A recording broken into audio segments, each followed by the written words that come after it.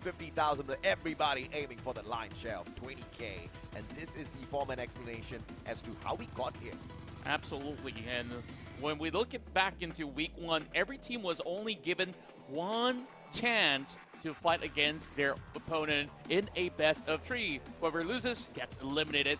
And these are basically the survivors here staying in week 2, and they will basically play through that best of 5, like we mentioned.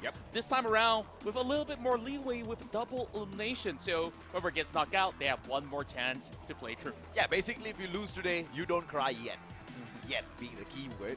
You can't lose anymore right after that. And to kick things off, it's going to be attack all around, going up against Team Morph to see exactly who's going to be the first team in the upper brackets. Enigma Galaxy will take on E Arena. The exact same thing happens there, and this is a clear indication as to which nation, which server currently dominates the world of Free Fire in Southeast Asia.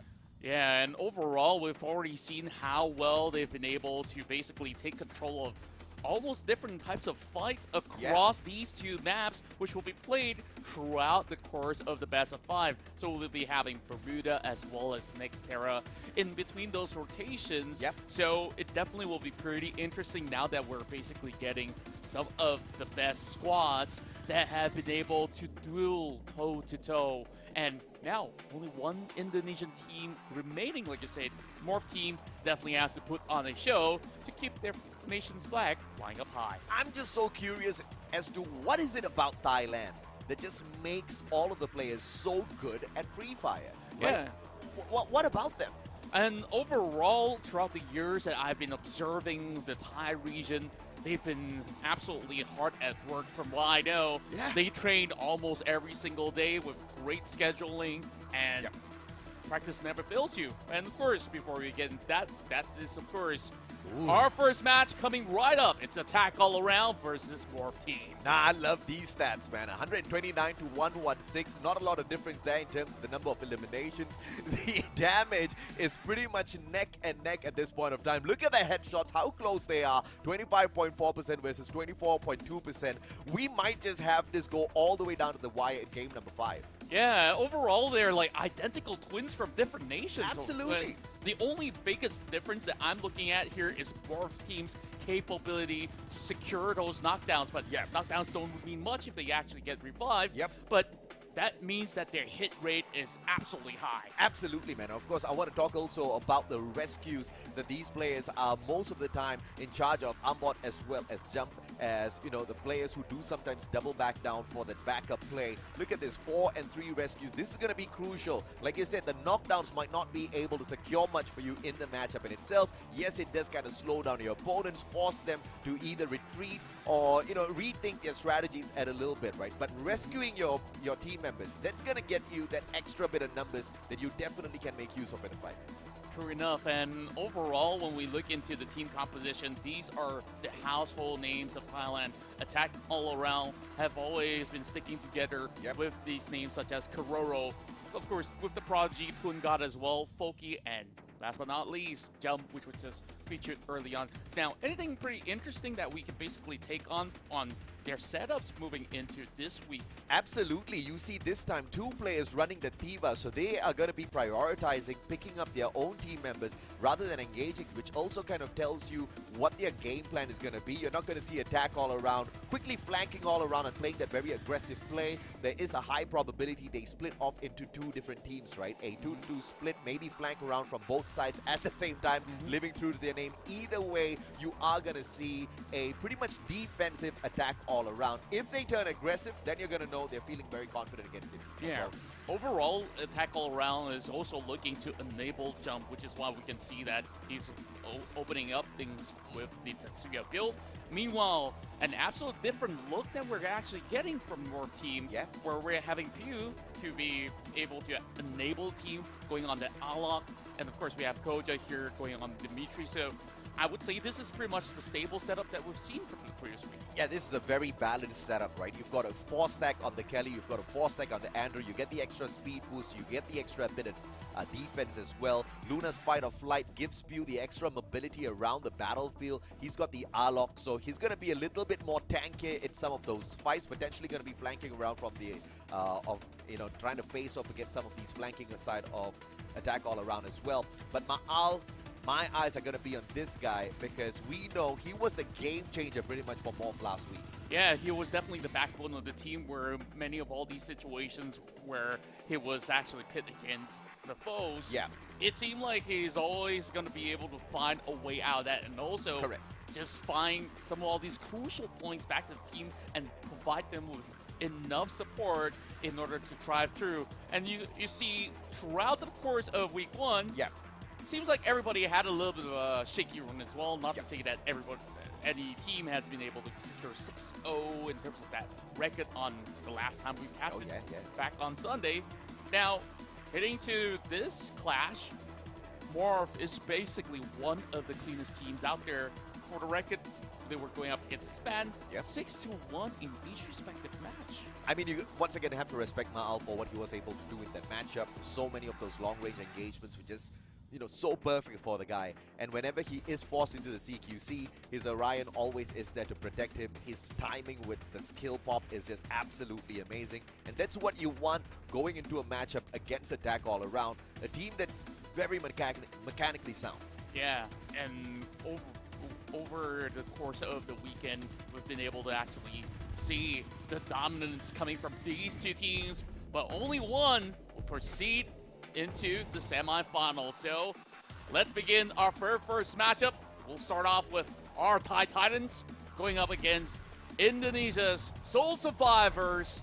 So it's time for us to move right in to our very first map of Bermuda. This one's for the pride of Indonesia, ladies and gentlemen, boys and girls, as we hop on into the game. Mr. Wagger wagging it out. This is gonna be a fun one, and of course, we want to see exactly who gets the booyah, the very first booyah of the day. Yeah, I just can't wait to actually get some action done, so let's get it right on. Bermuda is going to be a very straightforward setup as usual, and it looks like we're going to be taking a crack at each other at the very get-go here. I mean, if this was starting off on a sniper round, you know someone's going to get hurt on that end. Yeah, I'm pretty sure that they're happy that it starts off in factory so that they can basically get this done and dusted, but... He's still trying for it, Karoro. Yeah. Karoro, he's got a little bit of scope. Sure, he's just going to try to tab it from afar, but good thing so far. No casualties in the opening run, but Pungod's basically receiving a lot of tension already. Yep, okay, out in the open, still goes in for a couple of grenades perhaps from the airdrop. Jump's gonna back him up and Pew goes down. Unfortunately, he gets stuck between two players from the side of Attack All Around who are playing the 2-2 format that we did talk about. Yeah, and I love that how Attack All Around have been able to do a double stack with those dualies that they've loaded in hand, so they can basically spam as much as they want, but Jump, he's in danger right now. Oh, Ma'al, once again the damage dealer. Ambot gets taken down, leaving Ma'al as the one and only final player. 1v3, Ma'al gets overwhelmed, and it's Attack All Around that pushes through with the first victory of the day. Yeah, just like what their name mentions, their attack was basically wrapping all around members of Morph Team. But look at how we actually kick off our week 2. We're just getting difficult terrains to kick things off with. Yeah. And I guess this is just going to be a little bit more tactical when they do get to go on those full purchases. But everybody's on the revolver, man. I can't wait to see if Morph Team is going to change the tempo. This is such a smart play from Attack All Around, just going for the double revolvers, knowing that they don't have any heavy firepower to deal with in terms of Team Morph. So therefore, they get to put a little bit more towards their resources, like their glue walls as well as grenades. That's really going to give them the swinging advantage against Morph Team, who pretty much are broke in the second round because they can't buy much. Yeah, and that's where you really have to look at these investments and make it worthwhile hitting into this round itself. So it's going to be expensive, and Jump makes them pay. Yep, Jump with a very quick flank around and instant execution against Pew. That headshot was contributory to that quick knock there. Gojek goes down as well. Foki steps on up and Jump manages to flank around with that distraction, and such a quick execution from Attack All Around. Yeah, and we didn't really expect this to be the case with Attack All Around, even when they are actually matched with the same form of weaponry. Now, trouble definitely looms for some of these members of Morph Team, but they're still investing a little bit more on Koja as well as Ma'al. So Ambot at least has an SMG to work with for the time being. So I think like their chances here are looking a little bit better heading into round 3. It's a forced round. I'm not so sure exactly how comfortable I am with this. Ma'al's running no armor whatsoever. He has the sniper though. So one shot down is absolutely needed from Ma'al. He tries to back away. Ambot gets tagged up. Poon God as well. A quick grenade toss. Manages to connect. Ambot goes down. Jump finds Ma'al. And that's about it. The forced round does not work out in the way of Morph Team. Man, Morph Team's not even getting anything at all throughout these past few rounds. It was Ma'al that actually finds one knock, but it's a clean sweep heading into round 3. And that round 3 might have just cost Morph Team an extra round in round 4 as well, right? If they did not force it, they would have enough to perhaps beat themselves up with some good armor here. So let's see if or not they can wiggle their way out of this one. They're starting it off. The advantage to attack all around. Morph Team desperately needs to pull off a miracle round. Yeah, and we're looking at how sharp AAA has been throughout the course of 3 games. Like, in an instant, they're basically striking down different targets at once where, you know, we basically can't cover everything, but that opening shot onto Pew, it's definitely got to hurt. And that definitely hurts, man. You're forcing Pew to use up his medkit very early on, and a glue wall out of Pew as well. The flank around is not going to be possible for attack all around as Ma'al holds the back line. Jump gets caught by Ambot. What a charge buster shot. Nobody's going to save Jump just yet. Ma'al goes for the cover. Koja catches Jump. And that's going all the way to the side of Morph. I absolutely do love the way that they're playing. And they're bringing this fight up close and personal down to Poon God as well as Kororo. But they really have to find a way to puncture through the rest of Morph Team. They had that pinch of an idea that this circle's going to shrink all the way to the middle, and that's where you see the rest of Morph took control initially. Now there's only 2 more left. The rest of Morph Team cannot rest on it all. Poon God, Kororo turning the tides. Ambot, final player, charge buster in hand. This still could swing the way of Indonesia. Ambot can barely do anything in that final engagement, a 1v2. And the mechanical skills of attack all around just a little overwhelming for the Indonesians at the moment. They're just looking so sharp. And I would give them effort for basically bringing it into a 2 versus 2 by the very end of it all, because that was a huge deficit that they really have to catch up on. But we start to see a little bit more aggression coming in from Morph. So that is a good sign, but now we're taking it to Catalyst to us. So a little bit more open ground, something that's a lot more familiar for the rest of Morph to be able to play this one out. I believe they will definitely have to single out certain targets before they go on a full squad strike. So Miles going to be going on the snipes, while Jump is going to be lurking around, trying to look for those angles against him. Oh, yeah. Pew needs to stop getting tagged so early in these rounds, man. I mean, he's just getting a little too heavy to carry. And as I say that, Kororo puts a quick end to him. Every single shot actually connected. Yeah. My goodness, Kororo, what did he have for breakfast today? And it's already dinner time, and they're basically eating up more for lunch and dinner. That's it, man. That's it. I mean, how do you come back from such a devastating round? Ma'al and Koja still standing on the ground. Goes Ma'al and Koja. Just a sliver of health left. Poon God finishes him off. What a headshot. Yeah, it didn't seem like Morph Team was really prepared for what's about to come. And, you know, we were talking about how well Jump has been playing for the course of the past week. Look at this. Poon God has not dropped a single time throughout the match.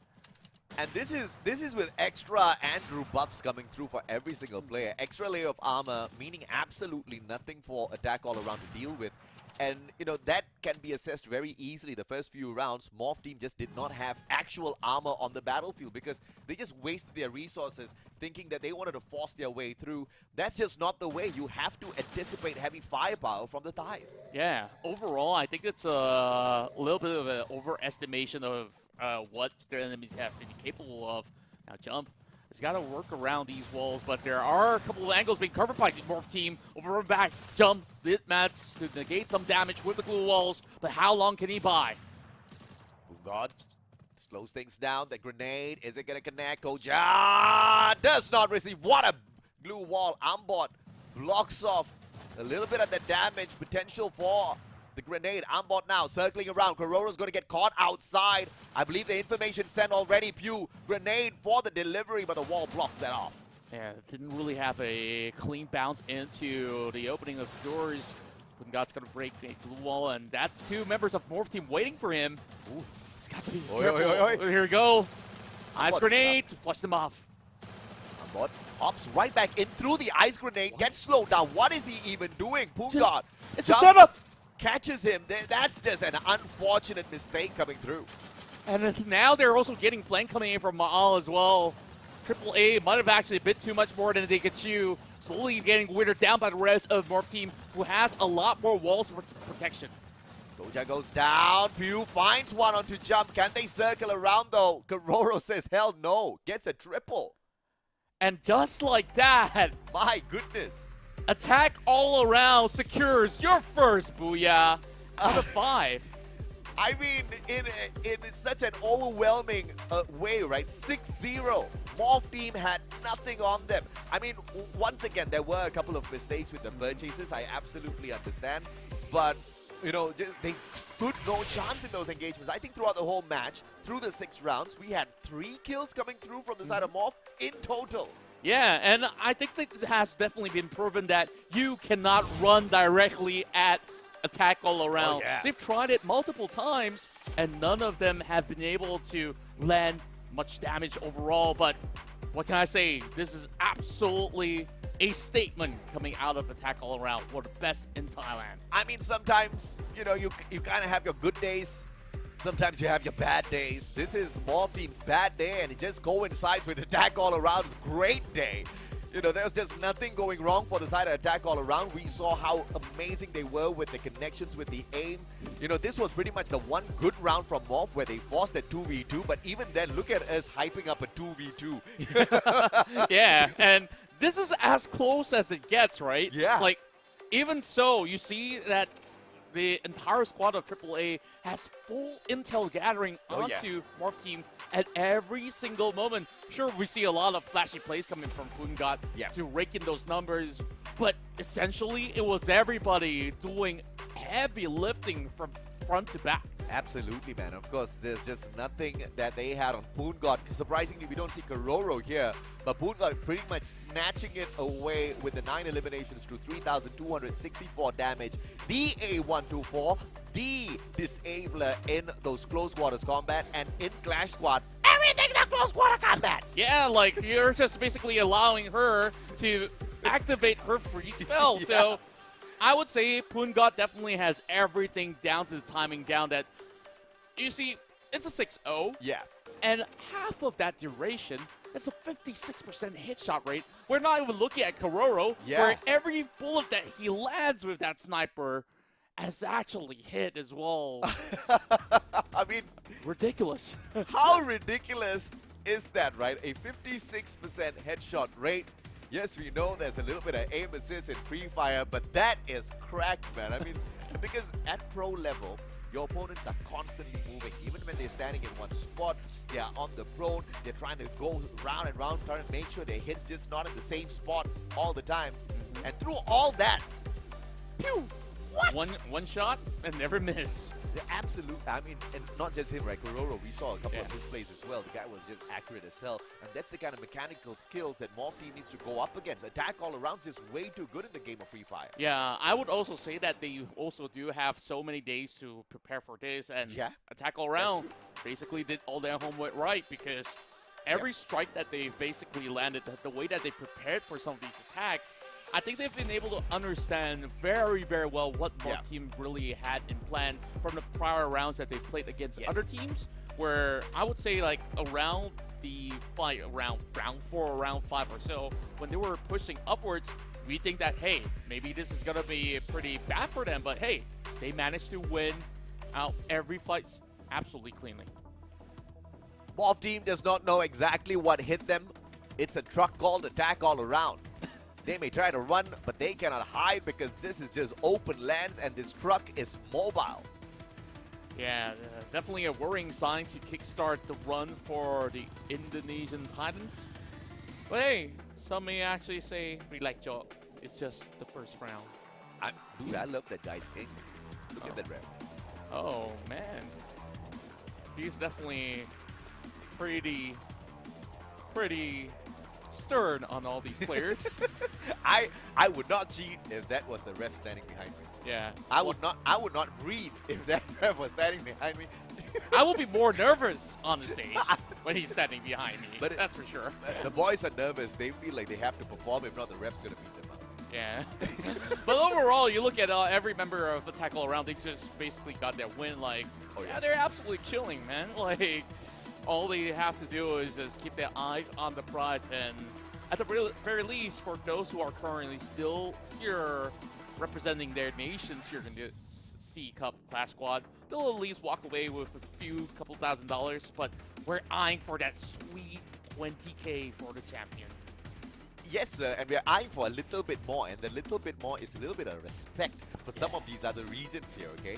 More teams fighting not just for their lives, more teams fighting for the reputation of the whole of Indonesia, more teams fighting for the reputation of every other server against Thailand, who has just been absolutely whooping everybody from day number one. Something needs to change. More teams gonna change it if they can win a couple of games. Hopefully they'll be pretty much wide awake right now after that brutal blow coming in from attack all around. It was a 6-0 finish, but is this going to be a repeat coming in from the Thai squad?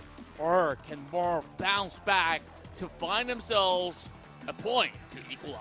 It's going to be a repeat if you ask Morph Team. It's going to be a 6-0 again, but this time they'll be dealing the 6. Let's see if not. Things can happen here at Nextera as we hop on into game number 2. We hope you've got your snacks. We hope you've got your drinks. It's gonna be a long, long day. Morph Team's gonna push this all the way to game number 5. For the sake of Indonesia, I hope they do. Yeah, and now that we're moving into a very different terrain, we'll definitely have to see whether if this is going to give any form of leads to its side of Morph Team, because on the past week, there were a few rounds that were also dropped around the map of Nextera. I hope that perhaps heading into week 2, they've already come up with certain plans for improvisation where we're already getting all of them guns blazing. Oh yeah, both teams rushing for the top. Pew as well as Jump reaching there pretty much at the exact same time. Koja getting aggressive. Won't find one. Pokey trades out one for himself, and Pew out of nowhere hits a double. And this has to be on the side of Morph Team. Pokey about to get picked right back up, but held to the nose, says Pew, as he nails them down. The opening point for the Indonesian squad. And now, the hopes of getting the point will be pretty much on the right track. But looking at how explosive these two teams have started off, it was pretty interesting that both of them actually went on the same crossfire onto that same narrow bridge over on the top side. And all that was left was Kororo trying to spot another member off by the end of it around. Understanding that high ground advantage is going to swing the momentum their way, but both teams having the exact same idea pretty much meant it was going to be a 50-50, which Morph Team proved they can most definitely win out. It's going to be about those engagements once again, and Jump needs to deliver. Earlier on, he was the first one to reach up top, but got nailed down and instantly became the carry of the team. And Pew's just gonna force this through. Wow. My goodness. Kororo with a good glue wall. But Pew just does not stop. And Kororo didn't even have time to respond well enough after popping up that glue wall. So quick reaction speed coming in from Ambot overall, as well as Koja. Yeah. Now, what's the next game plan here for AAA though? Al says, thank you very much. I'll see you later. But no, Boongod says, this happens now. But Pew was there to find the trade, so good engagements from the side of Morph Team overall. Ma'al and Ambot down on the ground though. Foki, don't let this be a 2v2. One quick fall to the net, and Pew is gonna be all alone now. Can he find Koja? Goes in for the rescue. And Foki's not there just yet to put the final nail in the coffin. And the same is good. Koja really has to heal up though, as much as there was a really tight gap. Pungat's definitely going to be looking for a little bit more pressure to deal upon him. Going to land those couple of blows, and Koja's down yet again. Pungat just says thank you to the Travelator, who gives him the perfect angle Again? for a double. Oh my word. He just really had to solely wait and slide, you know, like, why walk when you could basically get the machine to do all the work for you? Yeah, I mean, dude, because you know, if you do you play mobile games Contra a lot? Yeah, from time to time. It's your finger, right? Like Yeah. especially in a FPS game on mobile, you got so many things to do. You got so many things to click. So just removing one function, i.e., walking and turning, makes a huge difference. Indeed, and then like you just basically toggle into that right angle. Yep, just wait for the Travelator. You're set. This time, no Travelators though. They're gonna have to fight around the offices, and they're looking for the stairs. Guy! I thought Koja was going to get the nade, but Foki, what a god nade. Jump goes ahead to finish off Pew, and this is all going to end in a bit as Ambot and Ma'al go down. Koja, one final player alive and kicking, does get one, but instant trade out. Morph Team goes down as attack all around pulls the game back. My goodness, how ferocious they actually strike once they do land their hands on the upgraded weapons. Now, holding on to those ARs definitely give them maybe a little bit slight advantage as compared to that past round. Yeah. That also means that Marv Team finally actually goes in for buys of their own. So we'll definitely have to check out what's going to be in store since, you know, Mal finally gets to play the game with the sniper in hand. Let's see what they go ahead and pull off this time round as Wolf Team cannot afford to fall back in this best of three. Attack all around wants a quick night. It's going to be a quick zap around for Poongod. He's already flanked around, but Ma'al's going to be holding the back lines, which means Poongod is not going to go crazy just yet. Foki keeping a good line alongside Jump. And Ma'al keeping an eye. Two players at the same time. Calls for a little bit of backup as well. Poongod eats yet another nade. Two nades in a row. Thank goodness he healed himself there. Yeah, he's also applying a little bit more pressure to actually flush some of all these territories aside.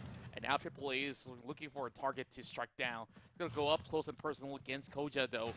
But this is not going to cut it with the glue wall being popped up. But he actually gets the advantage, popping heads and landing it onto Ambot. Yep, smart play coming through, and Foki finds Koja. It's a 1-to-1 trade thus far, and Foki instant trade out by Ambot, and as I say that, Jump trades out Ambot. Back and forth we go. It's a 3v2. Jump needs to be picked up. Pew all alone now. Is Koja gonna get back up on his feet? The answer is no, as Poongod finishes it off. My goodness gracious. Ma'al purchased an AWM in that midst of that battle, and he opens up with that warning shot. It didn't seem like AAA cared about that sniper being online at all. You know what? They're going to get one of their own. You know what's better than one? Make it two, because Kororo, he's just going to one-tap his way out of this match if he can, and he's already zooming into spawn. Sees his target, tries to land it over onto the quarters of Morph Team, but he managed to dodge it in time. So it's all about getting that zone control. We will definitely see a little bit of a ring around the rosy here in the open spaces. And Kuro, as much as he actually get those angles this time around, he's not going to be opening the shots right now. He expects more retaliation coming in from Morph as they're circling through like eagles right now. He's got to make a move. Kororo says bye-bye. Gets away in the nick of time. Tagged up, though, in his back. Good glue wall saves his life. Koja cannot reach him just yet. Kororo's going to be a little distracted. And Ma'al with a good connection onto Foki, but no finisher just yet. Poongod on the left. Ma'al spots him just in time to see a grenade as well. Ma'al's going to save that, and Jump does not eat that grenade. Pew just trying his very best here. Goes in for the finisher, but Jump sees him coming first, and a good glue wall pulled up, but Jump saves Pew. Pew goes in for the very aggressive play, but it's a good Tatsuya reaction by Jump. And Morph Team's basically forcing them to run around these areas. There's not much spacing being left, though. Foki is trying to take control of the center, but it's a tag team that will work him out. Morph Team gets the advantage. Only Jump left. Tail to tail. He's only got a glue wall. Can he hold out? Not much of frags being left. He's definitely got to heal up, but the zone's closing right in. Jump has got to make a move, but only one knock is all he gets. Yeah, Morph Team making that slow comeback. Slowly but surely, we don't care how slow it is as long as it happens. Once again, they are the hopes and dreams of every other nation who has tried to beat Thailand thus far, and unfortunately miserably failed. The only reason why we don't have 4 Thai teams here is because one other Thai team kicked them out. Yeah, and I guess that there is another, of course, opportunity that, you know, Morph team could be able to claw through the low brackets as well to defeat Thai squads to get all the way back up into the grand finals. But, you know, it's still a long hurdle right now. Morph team at least balances out some of these deficits. And they do actually take a good control over the top side. Jump gets tagged up by the nade. Pew can go in for the finisher, but look at those blue walls. Jump does not pull up just enough to stop all of that attack. Pew does manage to go for a double tag. Kororo shows up, but he's going to finish off the player that he does manage to take down first, and then quickly backs away for a good defensive round. And repositions fighting Pew. Poon God as well. What in the world was that? A little bit of a happenstance where Poon God turned his back. And Morph, they took absolute control of the vantage point up top. A jump shot coming in from Ambot. That will definitely take Folky out. We do have intel onto Kororo. And one tap coming from Maul to secure the round. And we are in for that series that we're looking for. Oh, yeah. 3 apiece. I mean, let's go, man. Morph team's finally waking up. Earlier, it was just an all-out attack all around smash. And, you know, we saw a couple of mistakes being made by Morph as well with the prioritization on purchases. This time, since they won that initial round, they had the advantage, and they've been using that advantage to a decent perspective thus far. And at this stage, this many rounds in, you're not going to be forced into a situation where you're too broke for a certain round. So it's all equal out there. True enough. And when we look into how Morph has been able to always look for ways to come back from deficits like the past week, definitely have impressed all the audience across Southeast Asia and perhaps the world as well. Now, this is definitely going to be a little bit tricky as they are working across the towers. A little bit of a positioning of a 2-2 split coming in from Morph team to take control of the center, whereas AAA, they want to take it slow, and they will definitely have a widespread wing, taking very different angles on each members. Oh, and here comes the flank. Jump's going to be pushing up first. And in the meantime, a grenade in the hands of another player on the side of attack all around, just waiting for the cue to go in for the toss. Jump is going to get tagged up. Poon God's going to release that grenade. Ma'al is not going to be flinching at all, but throws a nice grenade towards his left as well to force a reposition by Koja. In the meantime, Ambot moves on in a little bit closer towards Poon God. Kororo shows up, and Ambot tags him up. Doesn't get the takedown and quickly turns things around. What in the world does Kororo eat? Yeah, I really do wonder if maybe we should go to Thailand to actually figure it out.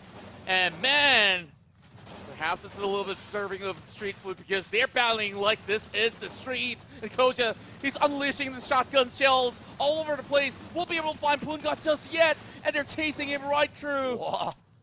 And now it's only down to Koja. Koja! What a shot, Ja! Kororo goes down. Jump now, the final player, very low on HP. The advantage to Koja! And Jump does not flinch. Finishes off Koja as he's taking that pump on the Charge Buster. My God. He's just a split second faster. And look at him go. So composed. Even though he's behind a wall, he wasn't basically shifting all around in order to dodge any form of shots. He's waiting for Morph team, knowing that he's just going to hop right out. So great read coming from attack all around. That was the closest that we've actually seen them go till it's actually 1 versus 1 battle. But we basically take it another round, same plays, perhaps a different result. But, you know, unacceptable from Koja because this is just one of those very few times on the pro scene that I see a Charge Buster losing out to the AUG. And granted, the Charge Buster, Poon God. Not the kind of nade that you want to see here in week 2, especially with the stakes so high. And the tackle around, we are getting a little bit more of an elevated view, whereas Morph, you do have a little bit of an idea, especially now with the UAV on top, but not that it matters right now being popped as they're chasing on the jump. It's going to be a Poon God suffering a tag. Backs away, Ma'al spotted by Jump. has got the angle, but that's behind the glue wall. And the timing's perfect. As soon as he sees Ma'al moving, goes out for the shutdown. But it's a 3v2. Jump and Kororo. Can they once again find the clutch against Morph Team? It's all about the positioning, but Jump is going to be forced out of his defenses by a good ice grenade from Koja. Great frags being tossed out, but Koja, he definitely has a little bit more predicament with so many glue walls blocking all these terrains, but this is basically being set up in order to force AAA to go through layers and layers before they move into this safety zone. Now, two-man tag teams onto Ambot, and he actually finds the angle. Glue wall being popped up. He's on the hunt, and he will land the pull onto Jump. And that's one member down. Orion being popped as well. Koja has to do it all alone. Can he do it? Kororo, last man standing. And Morph Team, they're still finding it hard to take him down. Kororo still managing to take out Pew in all of that chaos and drops yet another. Orion popped down again. Can he find the timing? Ambot! 1v3! And Ambot saves the day. My goodness, Kororo almost did the impossible. And Morph Team has got back at them. You say, hey, you think you're the king of 1v1s? We'll show you who's boss. Ambot is here to step up for Indonesia. Oh boy. We're definitely going neck and neck from here on. Oh yeah. Morph Team has definitely shown their fangs on this one. I mean, I am hoping and praying that they get through this torture because attack all around is still such a pain in the side. Oh God, good grenade can end Morph Team real quick, and it's a well-aimed one. He spots the players first, but those glue walls are going to be keeping them in. Jump! Bye-bye, sir! Oh! Grenade! Does not connect, but it's the ice grenade that puts a quick end to him. Well played by Morph Team. It's going to be Pew. Really low on that HP as well. Circles around. Attack all around. Does not have an angle to work with, and Morph Team gets away with their lives. And they're also being turtled in as well. Great utility usage from both ends. And it was Jump that actually suffered the blow.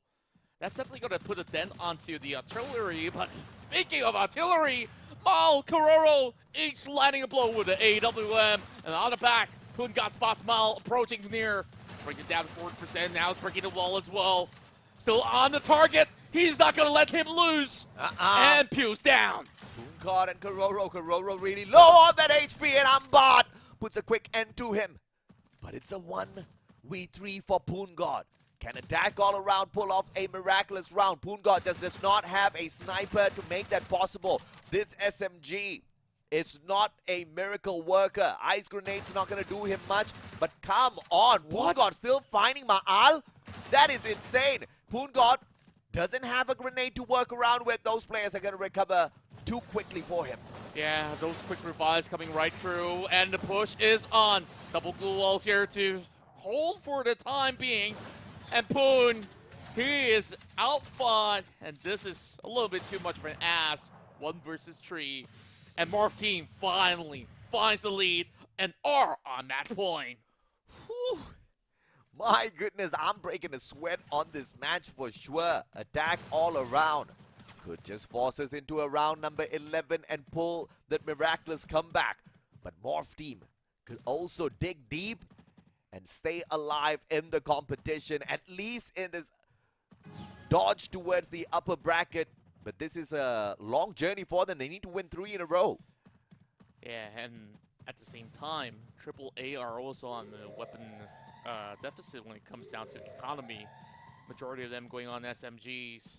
So they will definitely have to take those fights close quarter, which is what Morph Team desires. When Morph Team, after that massive back-to-back round, they've been stacked up with a whole lot of cash, but they definitely can't let this round slide. You see, the pacing is being a little bit slower than usual, as they do know what the stakes are this time around. Kororo knows that there's going to be one member on the other corner, but won't be able to spot Ma'al just yet. But he does see Zambot. He's going to take his time, and while he does that, Ma'al finds his footing and gets the knock. Give me a break, man. Kororo right back on his feet. The finisher doesn't come through for the side of Morph just yet, but Pew going a little crazy. Going in for the chase onto Foki as well, but he bites off more than he can chew. Pew, Foki shows up. Pew does manage to get the trade, though. They find each other. And this is where Jump really has to protect himself. Two members cutting across. Jump! He's gonna shred them to pieces! And Ambon managed to save the day just by an inch.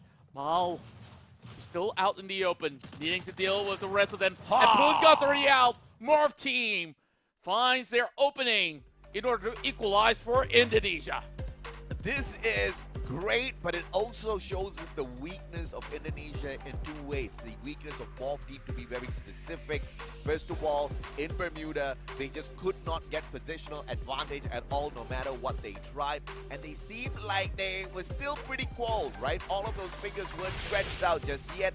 And a couple of unfortunate mistakes made them instantly give up hope. In game number 2, you saw the fight all the way to the end. Yeah, and we're also looking at Morph team gradually improvising in order to take a lot more spacing heading into these matches here in Xterra. So far, I'm liking the pace of how they've just been running at them, not letting any form of room for attack all around to precisely strike them with any form of ticket at all. But this is as close as it gets, 6-4. It's just insane to think that Morph team pulled this one out of nowhere. And there were a couple of those rounds where we were just looking for some desperate clutches, and Mahal did manage to show up, but this time it was just not a Mahal show, right? Everybody from the side of Morph team stepped it up.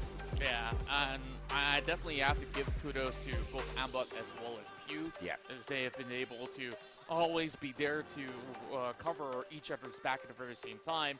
And we saw some really huge 1v1 clutches that's coming out from both ends of the spectrum. Ambot, I think the moment that he actually land that final 1v1 win, they know that this chance is for them to take. Like you said, right, Pew and Kocha. Two of these guys made sure the team stayed alive, but, you know, Kororo kept their hearts kind of thumping quite a number of times in those rounds. Just refusing to go down, even this one. Forcing that 1v1 from a 3v1. Ambot super low, Kororo had more health, and Ambot found that miraculous finisher. And there's just nothing else they could have asked better for this. Pew with the 9 eliminations, 4,797 damage, 44% headshot rate. Can't undo his competitor from the first one just yet, but he is trying. Yeah, and I think like Morph team, they're definitely onto something right now. Game 1 definitely was a snooze fest where, you know, they did manage to secure any firm point. Yeah. But they finally realized, hey, there was one step that they're missing out on.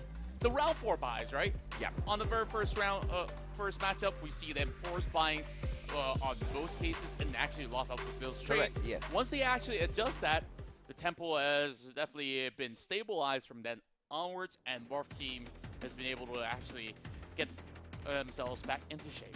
Absolutely, man. And, you know, from your assessment, Contra, I think it's very obvious what Morph team needs in this next game. If they want to keep the pacing up high, they want to push attack all around back a tad bit, they have to win the pistol round. Because once they go down there, that's what's forcing those mistakes. That's what's forcing the forced buys where they feel like, you know, things are getting out of hand a little bit. But if they can get a little bit of cash early on in the game, perhaps be able to deal with the attacking power, the mechanical skills of attack all around through the upgraded guns initially, it might just be what it takes. Yeah, and I guess like overall for the past couple of all these opening rounds, when it comes down to pistols, it's all about precision, and we've always seen attack all around, and the rest of the Thai squads have always been aiming for headshots and headshots only. So they definitely have to sharpen up on that aim in order to do so. So other than that, perhaps they could definitely take a different approach, which their usual playstyle was to, you know, going for that burst of speed, trying to take close quarter fights, which is always a 50-50. You can basically trade out with one, but can you actually get more than one is always the question. This is, of course, the assumption that it was mainly the guns as well as whatever resources were available to them that made the world of difference. We also have another assessment, which it could just be a map weakness. It could just be Bermuda being the issue here for Morph team going up against attack all around. And if attack all around can prove that yet again, they're going to be in trouble, because even if this gets pushed into a game number 5, there's 3 Bermudas, 2 next to us. Yeah, and It definitely is pretty interesting, or it could be any other thing as well. Like maybe it's a psychological warfare that they're playing. Like, oh, well, game one, we're just gonna read what they're gonna do, and then okay, we'll throw a couple of rounds because it's a best of 5. We got the long haul of a marathon to run. That's true. So get a little bit of an idea, and then round 2, start smacking, which is what they did. I mean, for the sake of Indonesia, I hope you have the nail hit right on the head there, because that would really show lots of confidence out of Morph Team, right? To be able to throw a couple of rounds. Of course, you risk a game, but that's what they were willing to do in order to kind of catch Attack All Around off guard here. If that is going to be something they can pull off, I'm very excited for the C Cup, because we've got some serious challenge for the Thai teams here. And I definitely do think Morph Team has what it takes to be able to match up to Attack All Around. As a matter of fact, of course, they just did. We saw the stats. They too are some of the best in Southeast Asia. A match made in heaven, some may say, between Thailand versus Indonesia. And now we finally get to tell the tale yet again as we move into our third matchup. This time back in Bermuda, where Attack All Around has already gotten the upper hand. Can Morph take one back? The last time we stepped on into Bermuda between these two, it was a 6-0 baby. Attack All Around, smashing Morph Team down to the ground. This time round, it's time to see if or not the Indonesians can rise and scream booyah on Bermuda. Let's see exactly what happens in game number 3. We are 1 apiece thus far in this best out of 5. We've got a guaranteed game number 4, but do we go all the way?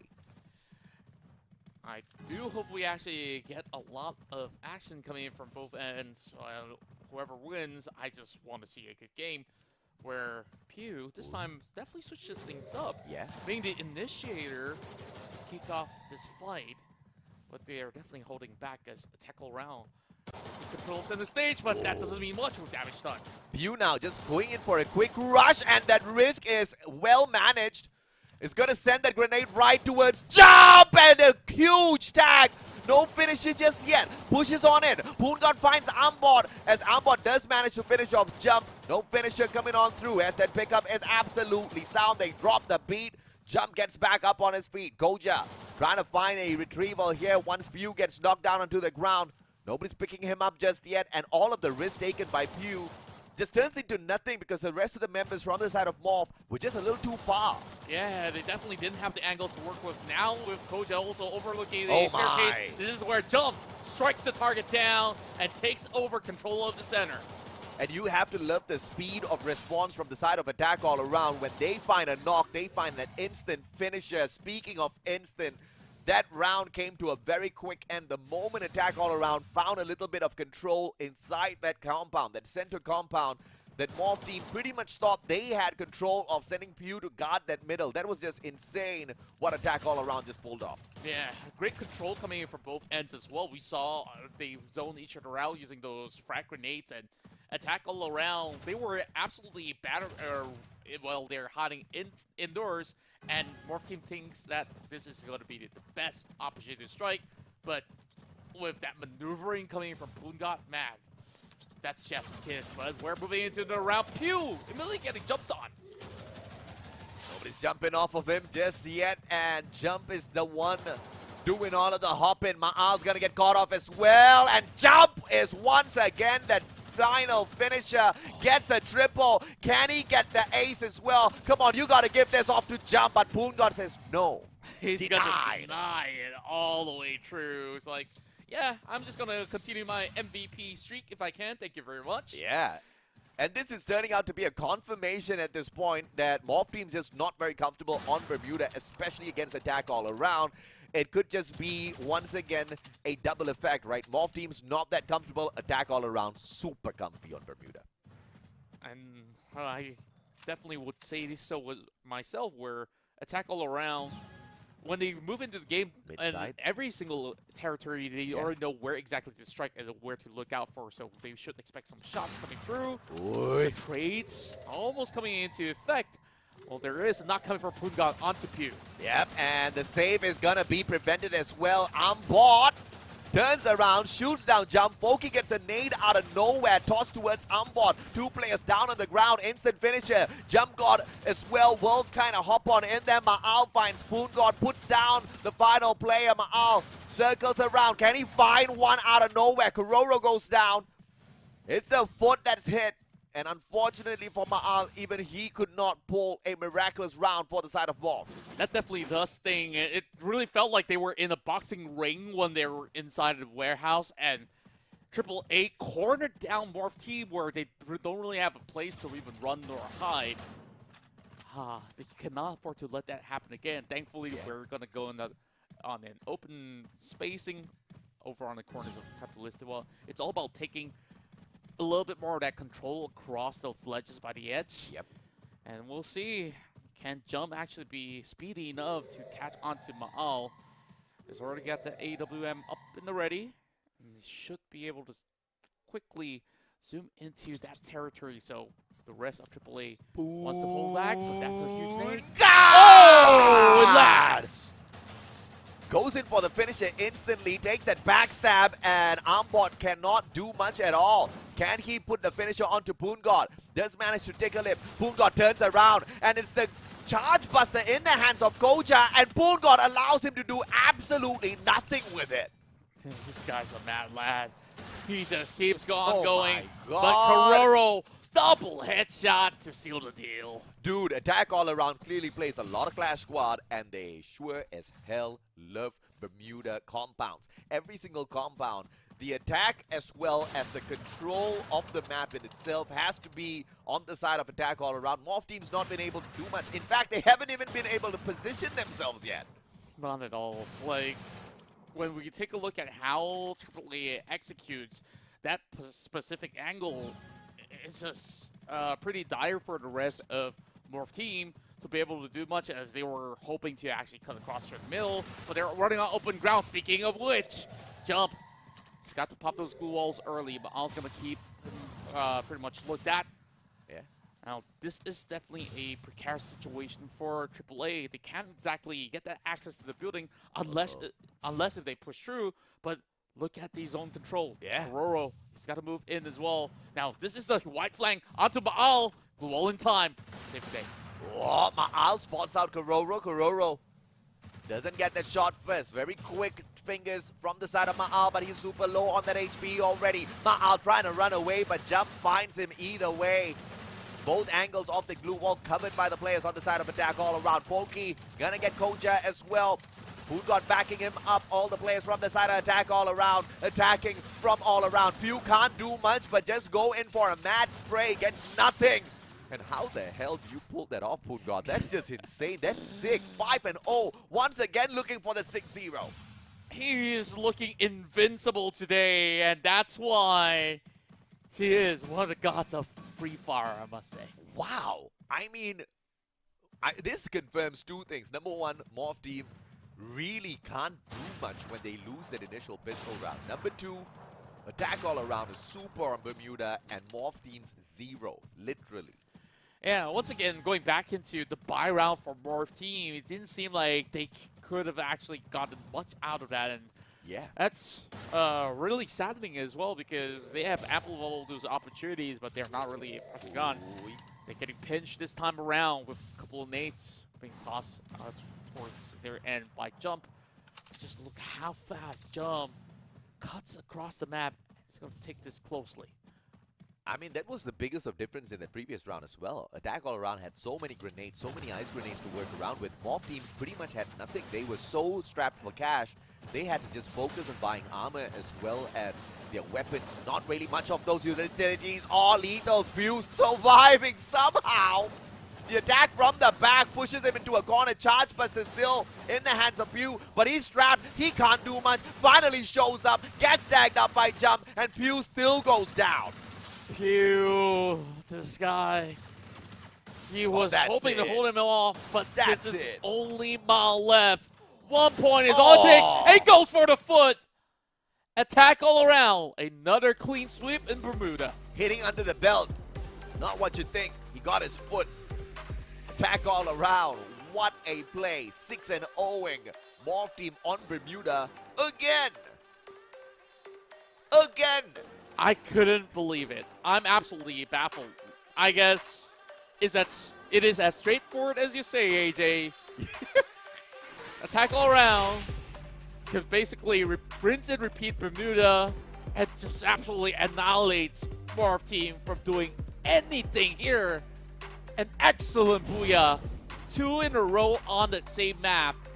But now, moving into Nextera, they have not overcome this against Morph. So I wonder, is this a buildup of momentum that will shift towards their way? Or Morph Team's just going to say, nah, we still got this Nextera to our hands.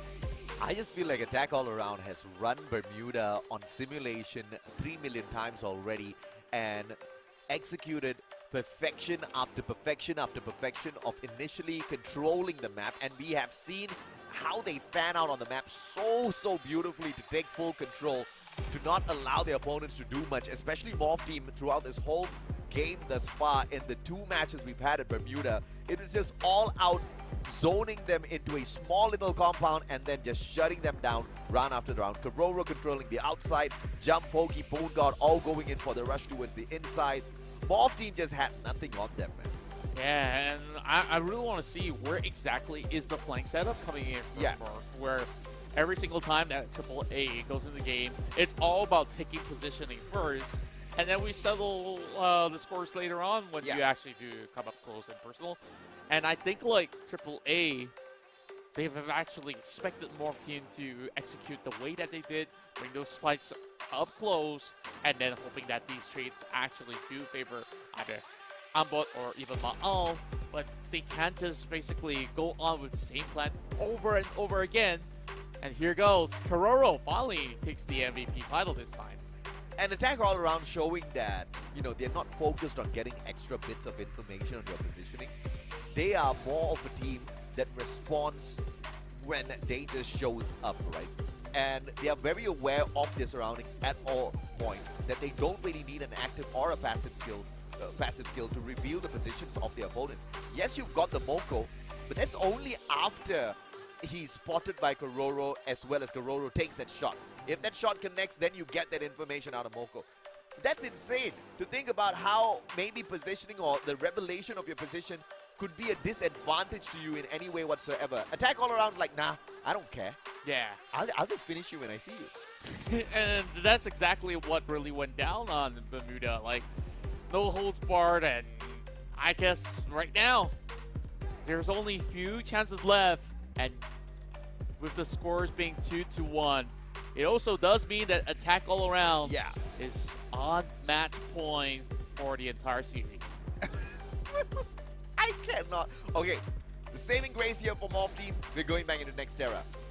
But it's looking very bad. Once again, like I said, even if we do get into a game number 5, the sheer map dominance on Bermuda from the side of Attack All Around makes this a no-go for Morph Team. So they need to pull off not just a miracle in Nextera once again, because it was close at the end of the day. It was a 6-4 the last time we went on there. They also have to do the impossible on Bermuda. Yeah, and overall, when we look into this specific matchup where we've seen these two squads collide in these 2 different maps, I wouldn't say that it was exactly the cleanest of the ways that Morph Team executed inside of Nextera. They won that pistol round on a very small margin, but even so, they got to do it all over again, which is definitely going to be a daunting task, because 1 point shy, they will be moving down into that lower brackets. Hey, at least that's a little bit of cushioning, right? But down on that hole, you're going to be either E-Arena or even worse, Enigma Galaxy. I don't even know. Who do you pick? Like, you don't have choices. Yeah. Like, you got to win every fight from your Morph Team. You know, the one saving grace here is, at no point do you have to fear meeting Buriram X Evos. Oh, the yeah. two-time world champs. You know, but no matter where you turn, you're just surrounded by Thais. You're just absolutely surrounded by the Thai squads, and it's just a no-escape situation for Morph Team. The best they can do for themselves is to deal with the lesser of them, which is basically stay in the upper bracket. they have to overcome the most impossible fight out of attack all around as we head on into next era as well as Bermuda right after this, ladies and gentlemen, boys. So scoreline 2-1. And that puts the Thai team of attack all around on series point. If they can win out another game against Morph Team, this first game is all over.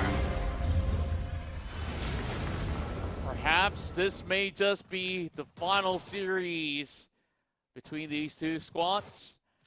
And perhaps they might be bound to meet again as well. Morph Team, in order to deny it, needs to win a total of, well, I'm trying to calculate with my fingers, you know, 12 points. Because you gotta push it into game 5 in that sense. But of course, we kick things off slow with those pistols. As Pungat is already found that opening. Ambot instead knocks Jump down. Yeah, that's a good play by Ambot. He does manage to find the tags onto Pungat as well. No finisher just yet. Ambot shows up yet again.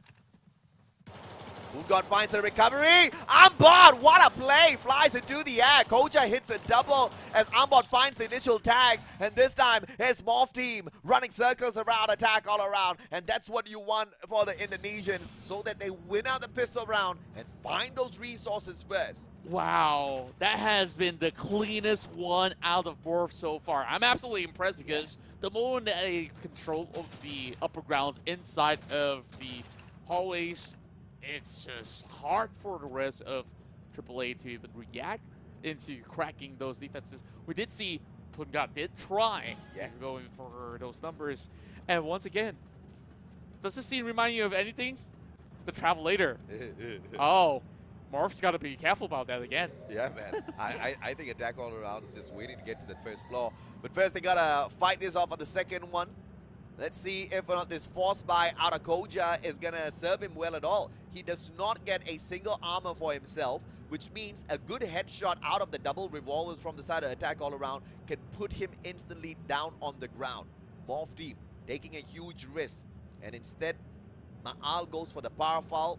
Koja is going to try to find the tags from across the battlefield as well. This compound not very huge to play around with. Not going to be able to actually have much space later on. It's about to actually shrink right in.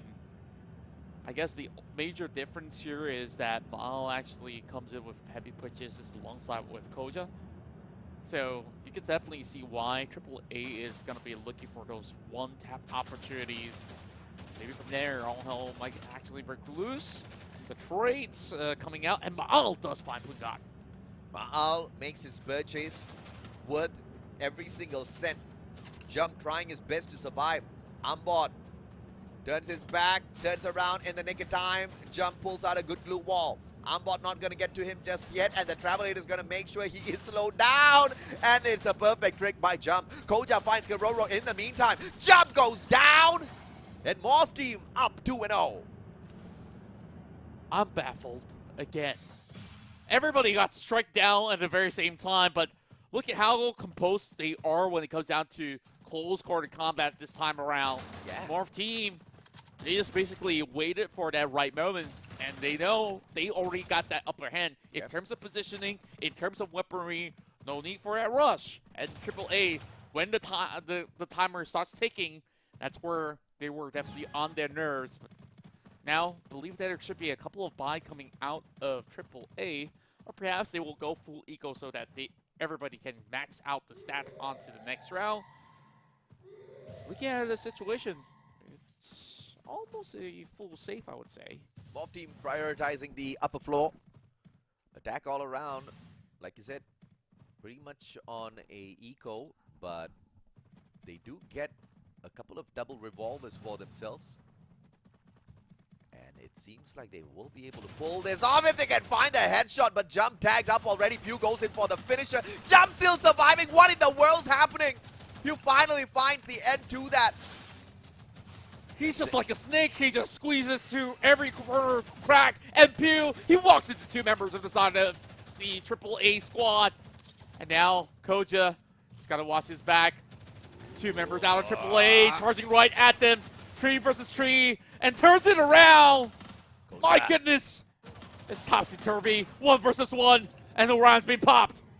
Ma'al buying time for himself. Boongod with the finisher and attack all around. Survives round 3. It was just a scratch away. Dude, they had less money. That was like an almost safe. Only one guy had the SMG. And attack all around just worked their way out of that. Yeah, they cracked this case wide open. They're looking for the finisher, dude. They are looking for a 3-1 scoreline in the series. And Morph team, they might start sweating if they lose another round. Yeah, I hope it doesn't feel like a bucket right now. That was probably a towel at the very least. Yeah. So now the battle for a staircase is on. Rushes over the top. Oh, A really fun jump. And there goes the hill of grenades being lobbed right in. Folky holding through the midsections. And now charging on to Kororo. Good glue wall pulled up yet again by Folky. Has to expand the double. Patches himself right back up as Kororo finds Ambot. Ice grenade! Not going to put him down on the ground just yet. Boongod. Good ideation. Executions just not available. And Kororo from across just continuing to torture them.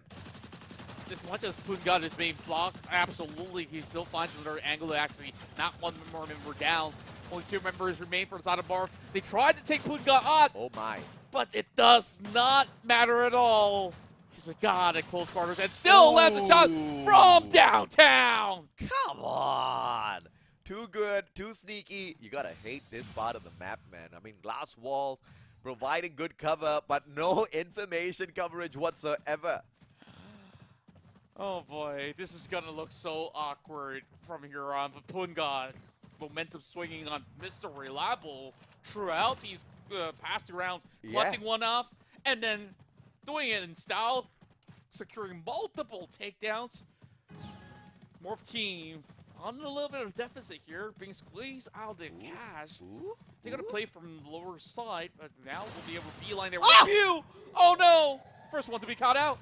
They just played that so differently this time around. They knew that Morph team was going to be rushing up for that higher ground. They take control of middle, find the initial knock, slow down the pace of Morph team, and now attack all around. They have got the advantage, but Pew turns things around. Boongod manages to get a God nade out of nowhere before getting taken down, and he still plays his part. And Folky, he does get those quick revives off, so they're back into 4. Meanwhile, nobody's picking up Pew just yet. Attack all around. They're hunting out from the lower side. He's gonna hold on. My God! The names are flying all over the place. Folky! He's just gonna wipe them all out. This is just, unfortunately, the mistake of Morph and the genius of attack all around. Ma'al has to pull a God clutch from this if he wants to stay alive. A 1v3. Ma'al getting the tag onto Jump as well, forcing him away. Ambot is saved. And the numbers advantage goes right back down as Ambot gets taken out by the Orion. Ma'al very low on HP. And the finisher comes on through. Ambot, no matter how many times he stands, attack all around, gotta put him down. Attack all around. The moment that they have Folky activated, it feels like they're just slowly torturing him down, throwing one nade after another. It's like, okay, I guess it's time for us to slowly take our turns and see who actually survives to tell the tale. And AAA, they have ample resources left. But you see the number of glue walls right into that midsection there. It definitely was a little bit trickier for them to maneuver around. Morph still almost actually gotten that 1 versus 1 going their way. But, of course, they can't really cry over spilled milk in that sense. I think it was genius for attack all around to stop halfway through instead of once again trying to challenge. I mean, we saw how epic it was. They met at the top side at the almost the exact same time. The last time we played Nextera, it was the exact same strategy. And Morph team getting caught with their pants down because they executed the exact same thing against attack all around. Dude, the Thai teams, they learn, and they learn very fast, and they remember. You know how sometimes you learn something? Yeah, you learn it at that point, and then you forget the next time you get into that situation? Yeah. Not attack all around. Not at all. And on top of that, they have also been able to adapt on top of going for muscle memory as well. Yeah. Meanwhile, while of course we focus back on track with Pew going for jump. That's one-man advantage for Morph team right now. Indonesia sees the side of but Kororo! Oh, that was a massive shot. Pew managed to block that in time. And you can't afford to be Ma'al, man. You can't be getting taken down by a circle and putting your team at a disadvantage in a 3v3. Making the takedown onto Jump absolutely useless, and Boongard cannot stand up as all three members on the side of Morph Team wake up. Wow, huge collateral right there. Morph Team always finds a way to equalize in these series. As much as we've given them scrutiny for what happened back in Bermuda, they've been rocking rounds, especially on the second half of Nextera. So ball is definitely on their court right now. All these purchases cutting through. AAA did invest on Kororo, getting himself the AWM, but two members charging coming from Morph. AAA, they're actually one-upping them, sending three members. Ambot eating that ice grenade. Boongard doesn't get lucky just yet. A good ice wall will be pulled up by Koja. And Boongard just proving that he is the better one. And Ambot can't do much. Finds the backstab and Boongard says hello. Bye-bye. How does he do it? He just arrived. Boongard, he's got eyes behind his neck. And Pew, he's going to look at from the top, but he's not going to be able to fly on too much. Jump. One tick of health left. Morph still claws their way back up. Morph Team. That was just an absolute reckoning initially by Boongard. Ambot turning things around. Attack all around. Thought they had that in the bag, but not just yet. But 3 rounds in a row, not impossible for the Thai team. But Morph Team's also shown us that they know how to play Nextera. And on top of that, how well they play these close quarter combat definitely beats me out of my mind. Because Boongard was already insane enough. Yeah. And yet he didn't survive to tell the tale. Morph Team, they stacked up and they're going to go with the same idea again. AAA, they're going to swap that spot. There's going to be seeing who's going to tire out first. Well, this Cypher is moving across. It didn't seem like either side will be able to get that access into the middle ground with those snipers online. Kororo, Mal. Right now, both sides only hitting 2 so far. Relying on Boongard as well as Koja from each respective team to get those frags back. It's all about the game of information. At this point, it could help attack all around a lot, but, you know, they just didn't go for a active skill setup or even a passive that gives them that bit of information. Not even a Dreki being brought in, which is insane if you ask me. Yeah. They could have at least had one guy run the Dreki. Like, last week we see a bunch of Drekis being utilized. Oh, Jump does have it this time around, though. Yeah. It's just that we don't really see that being utilized all too often. Not really sure whether they're waiting for final few moments to clutch it, but Jump, he's in a predicament where he has to bring 2 good walls for defense. It is going to be Boongard that shows up on that final second. M1887 just needs one good shot. Spots Pew, doesn't have the timely attack at all. Turns around. Pew gets away in the nick of time. Good trade back on that fire. Pew almost surviving this, but Foki shows up. Pew goes down. Ambot trades out Boongard. Boongard standing right back up, but gets taken right back down, and that's all it for attack all around. No chance being given that this is where Morph Team says, you're looking for series point, we're going to make you work hard enough, as they will reach match point to make it 5 points to close our very first best of 5. Are we gonna get a game number 5? We find out right here, right now. Obviously, out of Morph Team, attack all around can delay the fate of their own team perhaps a little bit more in this game, but at the same time earn themselves a quick series win. That definitely is what they've been eyeing for, despite having those hiccups back in the early round. Now back into 100%. Pew tries to dodge the ice grenade. Another one flying his way. He's got to make a run for it. Meanwhile, Boongard getting chipped over on the other corner, and the jump shots. What a shot by Pew. And that's instant attack Pokey can't go in for that backup at all. Poongod does manage to get picked up and instantly down back on the ground. Pokey trying his best to run away, and the gravity does not help him out in the best of ways whatsoever. Kororo, final player. This has to be it. Morph Team survives. Morph Team gets us back into Bermuda, but the problem is, can they survive Bermuda? Definitely have to tell, but Kororo, he finds a little bit more of that opening. Oi, oi. And maybe can make this one work, but the revives were way too quick. So he will definitely have to land perhaps 3 headshots to get there. He might.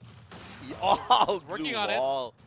Pulled out in the great timing. And, you know, unfortunately, if you're a sniper in this map, in this particular compound, Graph Labs, means absolutely nothing, because now all the shotgunners need to do is just jump over your head and take a shot. You can't hide behind a glue wall. Yeah, it's so difficult. I mean, he's holding on to AWM from the past round. Yeah. And I guess he had to make do, and he was confident enough to get some damage done, but not while everybody's flying all across the map. Absolutely difficult, but Morph Team, they bounce back, and they bounce back strong. Now we're going in for that full series. Woo! And now, all of a sudden, it's basically best of one between either squads. It's sudden death, baby. Attack all around. Could not finish off Morph Team as quickly as they initially wanted to. But this does not look like it's on the side of Indonesia at all. Morph Team has shown time and time again that they have struggled on Bermuda against Attack All Around. And Attack All Around have shown that they are absolutely flawless on the map. So it's all going to come down to an advantage to the side of the Thai team of Attack All Around. I think in this form of the series, we witnessed a lot of clutch plays happen yet again from the hands of Poongod for most part when it comes down to AAA. And then you just have Pew that has worked his magic. And we see all these close pickoffs that they had. I felt like with AAA matching up to these tempo of play that Morph wants to take those C2Cs, things started to get a lot more rowdier than there are things that is really down to those 50-50 trades. Oh yeah, oh yeah, oh yeah. Sometimes you hit, sometimes you miss. And sometimes you're an aimbot out there. 9 eliminations, 3,144 damage. He brought in the Dreki. Now, I'm actually a little confused because I didn't think that they could switch out their pets when they were in the game already. Because the last time we checked on the players of the Thai squad of Attack All Around, they were all running the Beastons. But the Dreki this time round just gives them that extra layer of information. I guess they learned. I guess they learned that maybe they could gain from getting a little bit of info off of the Indonesians. And remember, in the past week, certain teams have also tried to prioritize getting all these form of intel and maybe take a little bit too slow. We're literally seeing the best of both worlds being offered, where you're hard on the attack and you have super snappy, precise decision making that's been able to find success for Morph. And one of that player that have always directed the scene is definitely Ambot. Yeah. And Ambot was pretty much keeping the pace up alongside Poongod earlier on, right? We saw how Poongod quickly went in, got those 2 knockdowns, and Ambot was the guy that kind of saved the day. He just appeared out of nowhere. That shotgun, the double barrel, was pretty much the lifesaver of the team. He turned that situation around. Initially, they were down by 2 players, and he took out 3 players back to get back, put, you know, the team of Attack All Around pretty much on the back foot, and made them just nerfed in the map of Nexterra, but the emphasis on Nexterra. When we go back to Bermuda, this is where, I mean, they've not won a single round against Attack All Around at Bermuda. That's why I'm really, really curious, like, is this pre-planned, or did they not prep at all, or it's over-preparation of Attack All Around that they now know everything. So it's either one, members of Morph Team really got to readjust on the fly. Correct, yeah. Because they got to break that cycle, because that's not working at all. 2, maybe this is where they unveil that secret weapon, and out of nowhere, it's like, I know your tricks right now, and we're gonna snap back at you with a very convincing reverse sweep. Look, it's a fact that you just can't take down these Thai teams straightforward. You need to have some sort of cheese strat. So I'm with you, Contra. I'm totally with you that it could just be the biggest fake of Blue all cheese. time. The biggest fake of all time for Morph Team, just to make Attack All Around think that they really are nothing on Bermuda, and then boom! Final game, they get it, and they move on into the upper bracket. Nothing more I would love than a unexpected twist like that. But let's be realistic. How crazy is it gonna be that Attack All Around didn't even manage to sneak a single round away? Man, I would basically go for a haircut immediately and leave the studio if that happens. You know, don't take my word for it, because it might just be the case. Attack All Around and Morph Team fighting for that one final point. Survivors, we gotta go for this. Morph Team fighting for their first point on Bermuda. They gotta go for it. Oh man, gotta cry. It's been a little. We just started the day and I'm all over the place because this matchup is what we are all in for. Oh yeah, oh yeah. And you know, this is the opportunity for Morph Team to prove not just the fact that they can do it on Bermuda, that they can overcome Attack All Around. Indonesia is just gonna go crazy if Morph pulls this off. Considered as the dark horses amongst the rest. And they're here to run the full race, despite having slower gallops on the initial flag up. This is where we'll definitely have to check out on those pistol rounds. Will they find that advantage, which, for most part, Attack All Around has managed to win every single trade, and Punga gets it. Gets taken out by a skill. Good pop by Ma'al. Finds jump as well. That's two. For one thus far, Ma'al on the ground. Goja finds Smokey. Kororo, the final player. Trades out Pew. Buys himself more time. Ma'al's gonna get picked up. The game of numbers still on the side of Morph. It's slowly faltering right now for AAA. Kororo, how much damage can he do with that Soul Pistol in hand? He's just going to play the waiting game right now. Going to find a little bit more room to regenerate back to 100%. Morph can basically take it as long as they want. Kororo's got to make the next move. He pops the Orion to reposition, and I think that was a terrible idea. So he can't use it in a pinch after this. Goja waiting for the timing. Kororo doesn't make a mistake of standing by the window. Goja circles around. Kororo shows up, and that's going to be an instant finisher. He gets circled instantly. And this is that very first point that they've managed to get in Bermuda. That's crazy, bro. And it's a pistol round. It's a pistol round. They're changing their fate all in this final game. Morph Team doing a double first. Yeah. It's a double fake. I can't believe my eyes. Oh my lord. I mean, all along. That would be an epic end to this series, man. If Morph Team just manages to pull this off.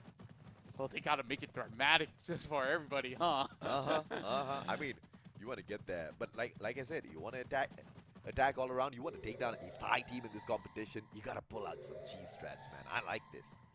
And this time, they're definitely coming with some pretty huge cheese going on.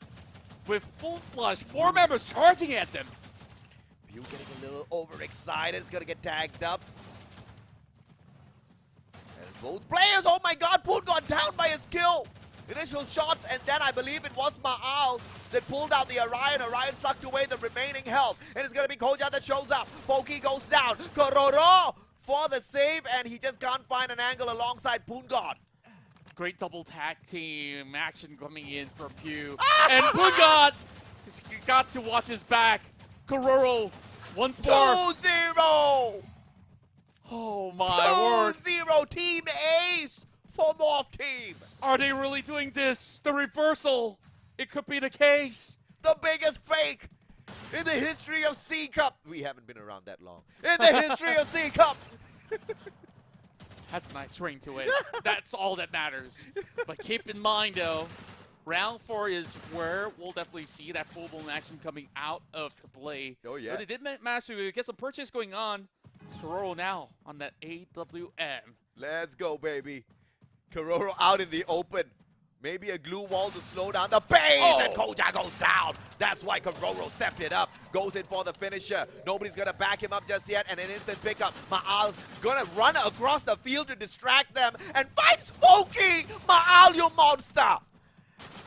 As much as they did their hopes here, a lot of all these damage being done, only 2 has been knocked so far, but things are looking more dire as Morph, they're stranded in the open. Ambot, he's being revealed of his location. Poongod, he's just got to wait right now. They know he's just by the corner window. Some of all these deflates have already been utilized. Karuro's just going to be hugging around the corner, knowing that they don't really have to push. No grenades to pick up, and they'll have to do it with their guns. Ice grenade can force a reposition, but that's just going to tickle Morph Team. From up on top, a good glue wall from Attack all around to block out that window. So no extra bit of information from that second floor. Out of Morph Team, and they sent in a grenade from across the other. Very, very cheeky moves, and we know that they're trying to play this cool jump. Still gets all the numbers back this time around. Yep, weapon diff, no biggie. I mean, clinical finish from Attack all around, because they just pretty much trapped Morph Team into that one small house, and blocked off one window, flushed them out the other. I mean, pretty much forcing Morph Team to the other window and then sending in an ice grenade to knock out their health. At the same time, executing a rush from their lower stairs up onto their higher ground. Morph Team just did not see that coming. What a pretty much executional finish. And that pretty much can go into a little textbook of Free Fire lessons. Yeah, it's all about tactical plays, right? Yeah. Sometimes you really don't have to go for those direct battles where you can slowly punish them. Jump! Man, he's got tagged up for quite far. Oh god. It's always so lethal up close. First blood. Yeah. And you gotta hate that, man. It was the initial tag by Morph Team, and then Attack all around pretty much changed the story of round 4 and finds that equalizer. They are not allowing Morph Team to run away anywhere. I just love the gear shift coming from AAA. The immediate strikes, they're really not giving much of that spacing over on side of Morph Team. Yeah. But now, playing inside a factory, there's ample spacing. Perhaps this might just be that round that Morph could still be able to stabilize. Though they don't really have the best of weapons to go up against what AAA currently has. So I guess midsection fights is going to be looking pretty decent, but when it's coming down to long range, I think Karoro has been sharp as ever throughout the course of these past 2 rounds. Yeah. And sharpness going to keep him in front. They are instantly trying to put him on the ground. No sharpness for you this time. Few with the double revolver, finding that finisher. Jump from up top, gonna tag up Koja quickly. It's gonna be the glue wall that saves his life for a tad bit, and the trade coming back towards Jump. Karoro out of the equation means Morph Team stands a good chance. I must have actually jinxed him, and I guess the only way out is to actually throw a grenade, and you don't really have to land those bullets, but man, he was out in the open as well. Yeah. That is one huge target that Morph Team have now removed. Now 3 more to go. Very much doable. Mao. Gotta find something here. You with a fantastic backstab, but he will get put onto that ground. Jump. Jumps down literally. Ice grenade gonna force his opponent up out of the position, and the Tatsuya pump out of Jump. Helps him quickly reposition. In the meantime, Poongod takes the distraction, puts Koja down onto the ground, finds another for himself. Instant finisher. Ambot is just a little slow to the party. Finds one, but Poongod just does it all over again. Rinse and repeat. Orion pop this time round out of Ma'al. But how long can you survive? Long enough for Jump to find the final shot. Well, it was close enough, but I guess overall with AAA already taking majority of that section of the warehouse, it is a tad difficult for Morph Team to be able to run directly in the open. Yeah. And it was just met with layers and layers of walls, and you're needing to deal with Poongod. No chance. And that's 3 rounds in a row for Attack all around, and now they got money. 2 more. Perhaps this may just be what Attack all around could find if they can find this initiation onto Pew. to deny all these pressure. And he does find him though. Pungat charging right in. Pungot charging right in, shows up first, turns around with a beautiful 180, gets the shot disconnected, forces Ambot to find a place to recover himself. Pungot doing all this on his own, ice grenade! Forces two players to scramble apart, splitting the forces down into half as well. Pungot goes to back up, Foki, Jump catching up with them, Koja forcing his way in, looking for an angle, finds none. Just love the utility usage from both ends. The UAV is going to be giving them a little bit of a hunch of how to play out the final few moments. The Morph team, they're stacking directly into the middle. They got to be careful because it's a wraparound coming from AAA. Let's see if they can wrap them up like a little Christmas present and send them away. Karoro, Foki, both finding one each for themselves. Pew holding on for his dear life. Jump, managing to get away and goes in for the finisher onto Pew. Such an aggressive play by Jump. He's low on HP. He doesn't care. Finds Koja as well. Tags him up. Jump with the reload. And Pungot out of nowhere with the final bullet. 4 rounds in a row for attack all around. Attack all around goes to round 7. Smelling victory in the air. Momentum on their side. Morph team. Is there going to be any answers from here on? Ma'al, a couple times being outmatched. And Kogororo has cash to stack up. Double AWM, if you will. But Morph, last time they went across, they've been able to actually go in for a challenge. It's time. Triple stack. They're looking for Pungot. Yeah, they need Pungot to be taken out of the equation first. This guy's just dealing too much damage too many times. Jump, good glue wall, but traps himself in a tight little corner. Can he get out in the nick of time? Patches himself right back up first. Orion from up top. Ma'al with the CQC. Can he get away? Jump does manage to survive. Ma'al gets away with his life. Pops the Tatsuya. My God, I didn't see Karoro. I didn't see anything. For a moment, we were looking at 1 versus 1, and it just vanished. And here we are, series point for AAA. The dude, that's 5 rounds in a row. Can they make it 6? Can they make it a reverse sweep on the final round of series number 1 to whoop Morph team down into the lower brackets? It looks like that's exactly what's going to happen. And that's what we want to see as well. Now take a look. Everybody on AAA says, we got rounds to spare. Let's take out all the big guns and throw it right at them. And they're still going to make the run for it. Morph team.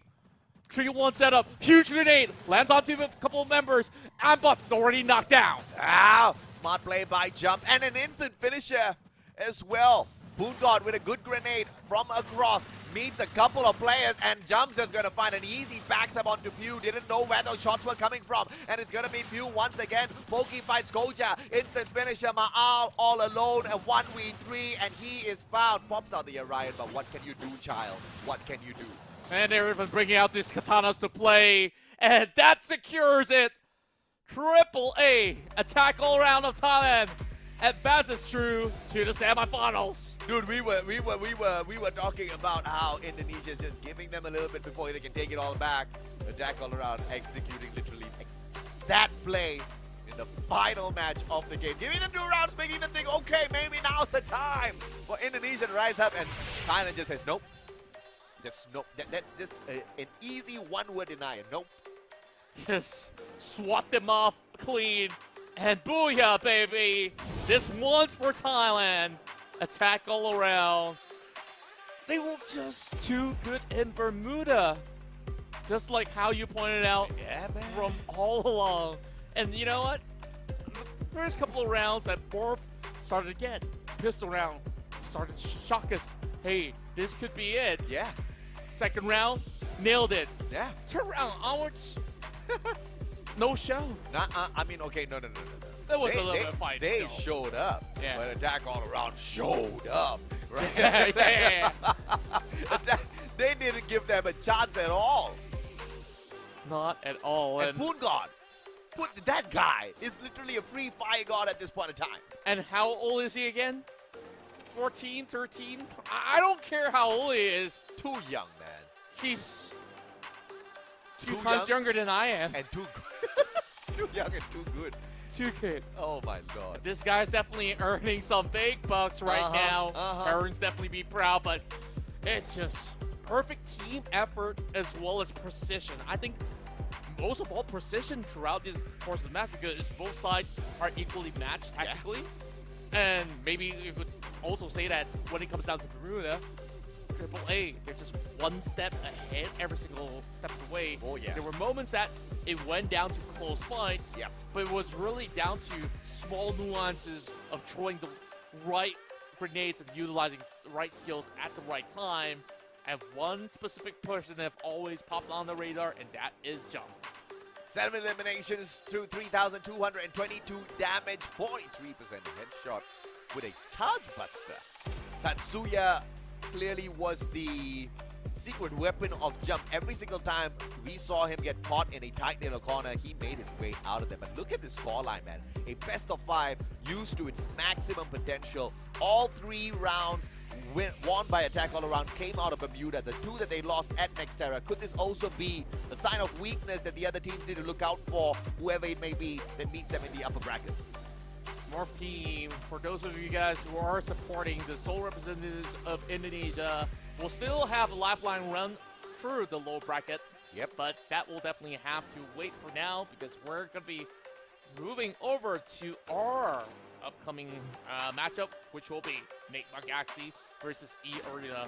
But it was definitely exhilarating where we actually went all the way, AJ. Oh yeah, absolutely, man. I mean, E Arena, you could just see them drag this one all the way to a game number 5 as well. Enigma Galaxy taking them on. E Arena, the #1 seed, the recent champions of FFSI as well. They've proven themselves to be the best in Southeast Asia one time. Can they prove themselves to be the best in Southeast Asia back-to-back in 2 different game modes? Dude, if they pull that off, E Arena is really making a lot of noise out there. Yeah, they're definitely made to conquer in that stance, but we're gonna definitely have to give some time for not only the players to get ready, but we gotta also take a little bit of break, my friend. I mean, that dude. Total of all 5 games, all packed up. But it's still a pretty decently fast day. I mean, it's just 8:41 here in Malaysia. That took about, whatever, an hour 40 minutes for 5 games. Was that because Bermuda was 6-0? Twice. And then the last one, 6-2. Nothing much to shout about at all in terms of length of game, right? But it still took 5 matches to get here. I don't know if it is going to be as quick for this next one in the all-out Thai Showdown. If it is as quick or even faster, then we see that maybe the battle for the upper bracket finals is going to be one to definitely look out for, because you've got 2 quick finishes going up against each other. But of course, all that just assumptions as of now. Yeah, and when we look into these 2 teams, they definitely are very, very tactical. So it's also a battle of wits as well as bronze. But we'll definitely get you guys back up on a jiffy. So of course, we'll be back in just a few minutes.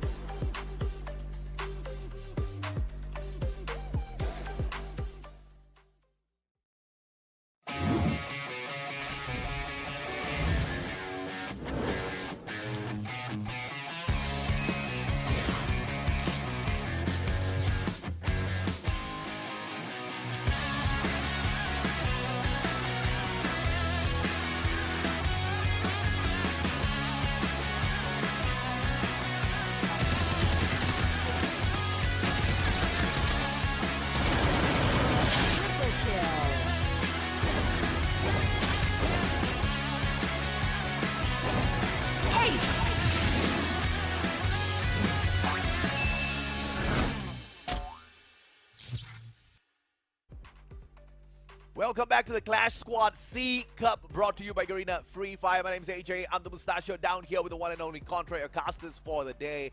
Today has been a pretty quick day. We've only got 2 best of 5s. The first one has concluded, but it was pretty dragged out, and yet it felt like it just ended just like that. Yeah, and we just saw the prowess of AAA. Attack all around. They were so proficient when it comes down to every map that they played in Bermuda. That leaves not much to be done for Morph Team, despite them playing so well to try to even the odds. So that reverse sweep didn't manage to happen. I mean, once again, it was just a very overwhelming force on the side of Attack All Around on Bermuda, but they showed that they could bleed as well on Nextera.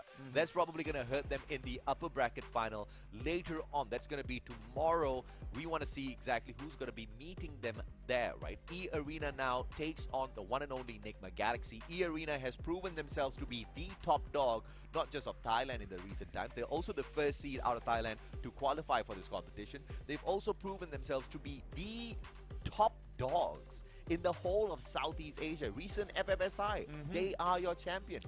And they pretty much won it on the first day of 3 days grand finals. The first day itself, they were champions.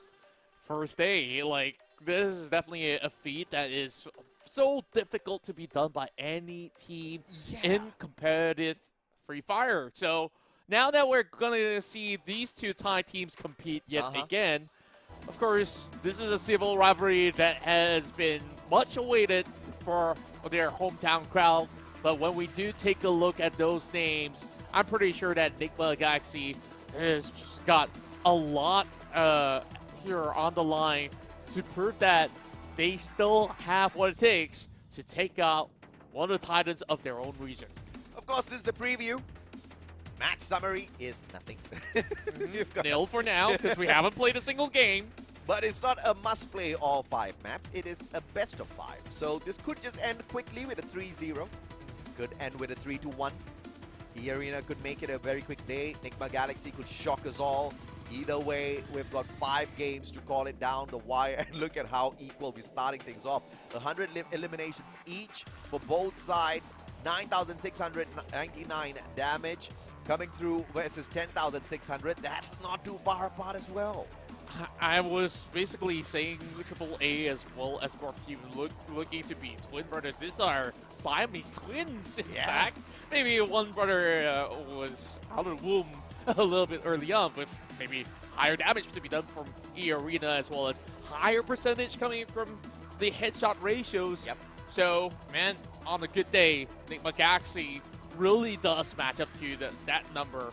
But of all the names out there, there's one name that has been revered by many, and that's due of NGX, because he's got numbers to prove. Oh yeah, man, he's got numbers for days. 33 eliminations thus far. Up against Funa, who is more of a balanced backup player at times.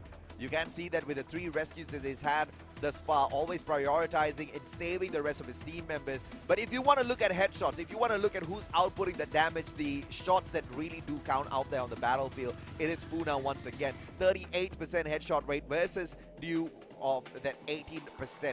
Knockdowns on the side of Dew obviously going to be overwhelmingly high as usual. And when we look back into their own respective matchups, perhaps it wasn't all too easy of a journey for Enigma Galaxy to get to where they would be. But E-Arena, they made it look like it was a walk in the park when we were taking on Expand. And that's where these numbers look even more ridiculous when you're going up against, you know, a team of Expand that loves to play close quarter, and yet they're getting like headshots and headshots and headshots for days. This is where, when these two teams collide, I believe this to be perhaps a little bit more tactical as compared to what we saw earlier on. So now we go into their composition. So when it comes down to all these selections, what catches your eye, AJ? Well, J-Beams being run by Fugod gives him that extra bit of armor. That most definitely stands out to me. And Thiva being run by Caramel. Thiva, once again, 30% extra rate of pickup. And when you do pick up a member, when Caramel goes in for the save, that player instantly, not instantly, over 5 seconds recovers 50 HP. And that is huge. It gives you that extra sustainability. The instant ice grenade that comes through is not going to knock you out if Caramel is there for the save. But then again, that's going to be a question as to how the setup is going to be like from the side of Nigma Galaxy to make sure Caramel is in full functional play. On the other side, if you see E-Arena, they are running the 4 Andrews. Everybody's got the defensive buff.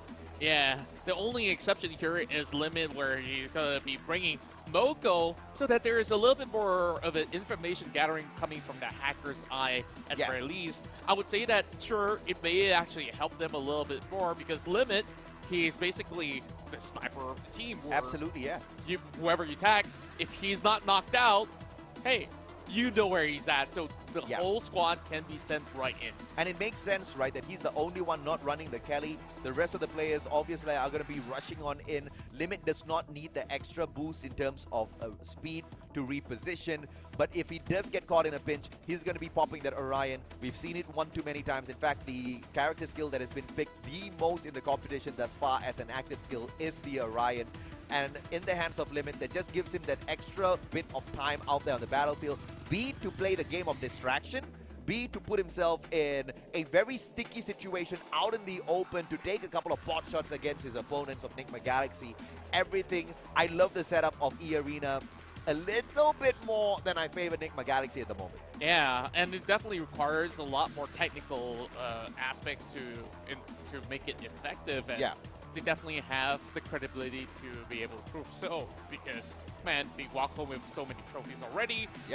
And that also tells you how confident they are when it comes down to going for such a setting where it's very self-sufficient, and then at the very same time that you ensure that there is still a form of stability for the rest of the crew for you to eventually go in for 4 versus 4 brawl. So right now, Nigma Galaxy is definitely going to be looking to get their hands already. And man, until now, the Marshall, he's still giving me a little bit of that goosebumps every time he looks at the camera, you know, like, he's so stern. And, you know, he definitely takes no nonsense. Oh, yeah, absolutely right. And, you know... he's like, hey, you better get on your phone right now. Put on your earphones. Put on your earphones before I smack you down. Then finally, he flashes a smile. There you go. Oh. Not as threatening. Okay. Man finally cracked. Of course, as we crack a couple of jokes before we get into this next matchup, E-Arena, gotta say a couple of prayers. Not for themselves, but for Nigma Galaxy. Oh. And that's what they actually did for Expand last week, where they popped up with the bunny sign. At first I thought it was a bunny sign, and then he take up like one fist up in the air, and it looks like a rock, and he just says what? 2-0. Now he's got to change that bunny to have a turn ear, perhaps. You got to change the words into a sentence. He's trying to say, the bunnies delivered the 2-0. Ah. Yeah, that's why we're from the bunny to the rock. And we are done with our jokes right now, and straight into action we go. Speak for yourself, man. I'm never done with the jokes. Okay, well, we're gonna keep it rolling. Keep it rolling, ladies and gents. E-Arena versus Nigma Galaxy in Bermuda. Yeah. I have been waiting for this showdown as we wrap things up for game number 1, ladies and gentlemen, boys and girls. It's gonna be the showdown at Bermuda between the two teams. Who's going to start off on the right foot? Who's going to pretty much be able to bring this all the way down to the end? We have to see exactly how they clash out there in the C Cup. Now to think of it, you know, like, we're talking about jokes and all, like, have you ever seen a bunny in space? Bunny in space? They No. send a lot of different species to space. What? But, like, E-Arena, I think if they do win Nigma Galaxy, they might conquer it. Dude, I hope they brought those animals back alive, man. I'm not in support of sending animals up to space, especially if it's like a trial mission or something. You send a human being up there. Yeah. Well, we're mammals too. Animals can't respond, you know. Yeah. Unless they allow the rabbit to control the spaceship, then maybe. Oh, wow. I might feel a little differently. I'm not sure. Is that spaceship run by Tesla? I got concerns. Anyways, back into the showdown. Everybody is on pistols, and containers the best way to set it all up. A little bit of close quarter combat won't go wrong, especially now that nobody's got those glue walls going on. So first hack, who's it gonna be? It's a good stalemate, right? Because pistol rounds are just so important for the next couple of rounds. It's going to give you the amount of money to make sure you're stacked in terms of resources, get a pretty much guaranteed round number 2, and start off on the right foot very early on. Nobody wants to make these mistakes. Funa did manage to sneak away one grenade from that airdrop earlier on, and they're waiting for that circle to force them to move towards that center. Oh, they've got intel on site. E-Arena now charging with 2. And they're going to find that wraparound Ron being popped coming in from stop. Only got to distract Limit for a tad bit as he tries to hunt out Shut. And Limit, he doesn't really get those angles. Now they really have to play Ring Around the Rosie. And Limit, he still gets one before he pops to Ryan. Meanwhile, Funa is going to get a couple more attacks from the back. Nimagaxi shred down, and it's first blood for E-Arena. Team Ace for E-Arena, and Limit literally got a melee slay out of the round number 1. Give me a break, E-Arena. You just embarrassed Nigma Galaxy on that one round. Yeah, and for the moment, like, I did suspect that these two teams will be playing very tactically. Yeah. But I never expected that brawl to be so clean. Like, yeah, it was true containers. Most often than not, you see casualties left, right, and then, like, you're just basically going down to that couple of members left. But E-Arena looking really clean, and we'll be able to get a little bit of that upper hand now hitting the round 2. Let's see if Nigma's going to be able to land those tags now on the Desert Eagles. Perhaps going to be able to find a couple blow. But they're going to play from the outskirts, so a little bit tricky to crack the case. They have the info on Funa already. Walking in with the Bison. Stop's going to get tagged up, and shut up! What an angle! Punishing Stop instantly. Stop couldn't even figure out where those shots were coming from before he got stopped halfway through, and Caramel bites the dust as E-Arena shows up strong.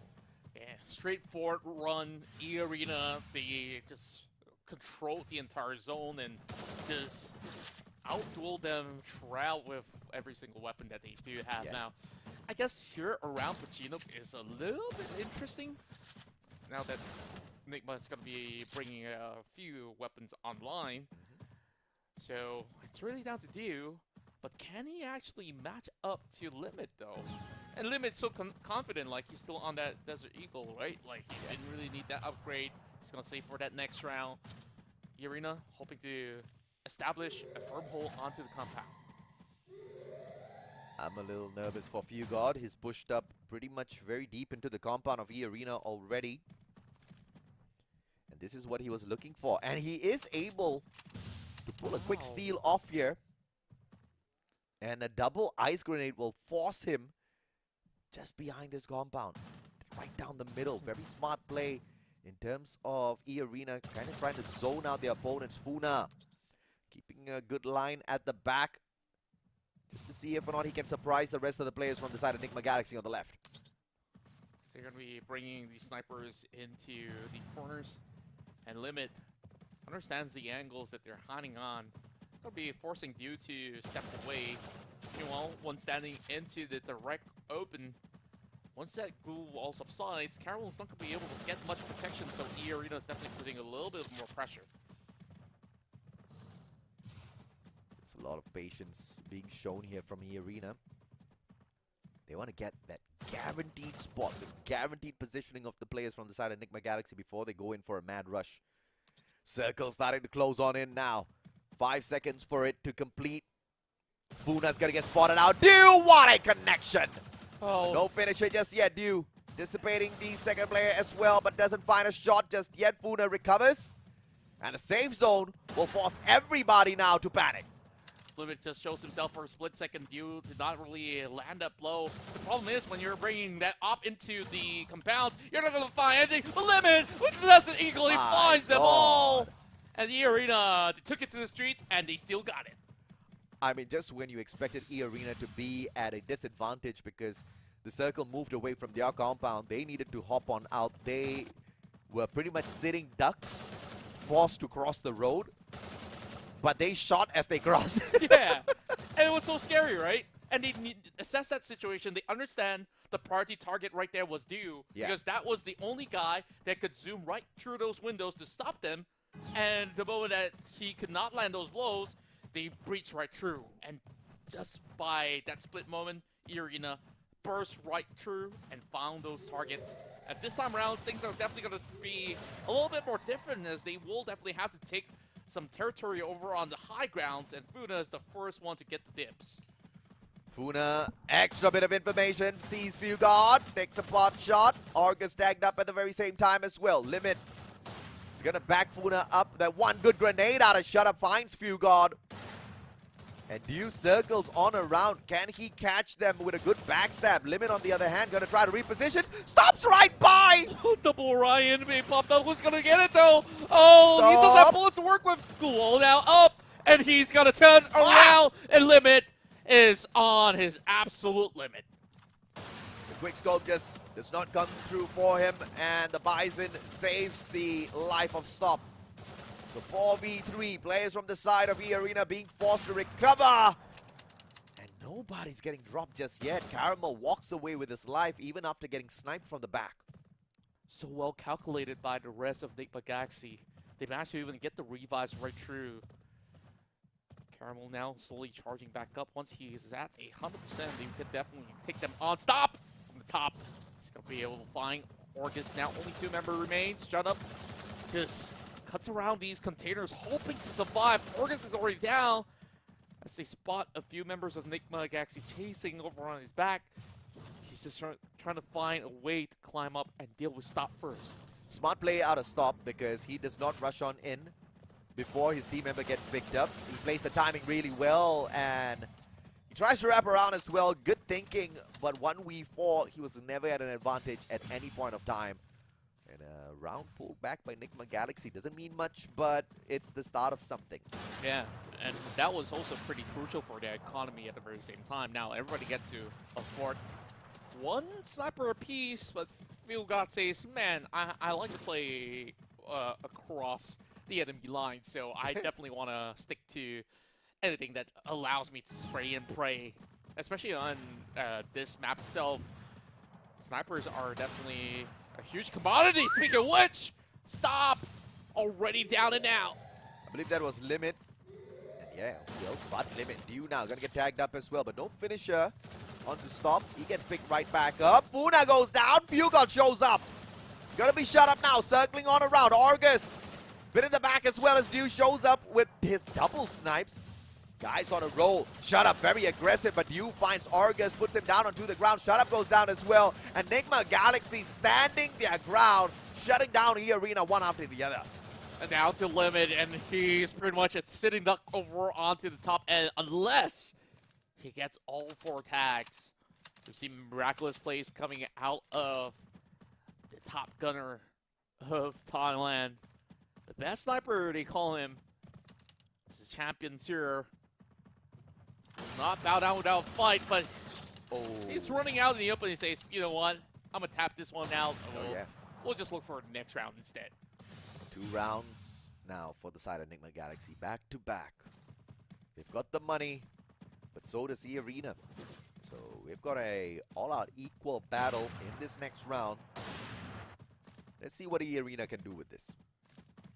E-Arena so far showing sharp shots across, especially Funa picking up 6 frags.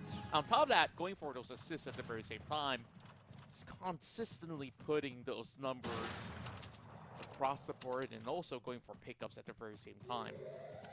E-Arena going with a 3-1 spread. Limit staying back over on the base.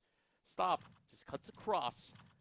Now that middle control is going to be a little bit difficult to be channeled through from the rest of E-Arena.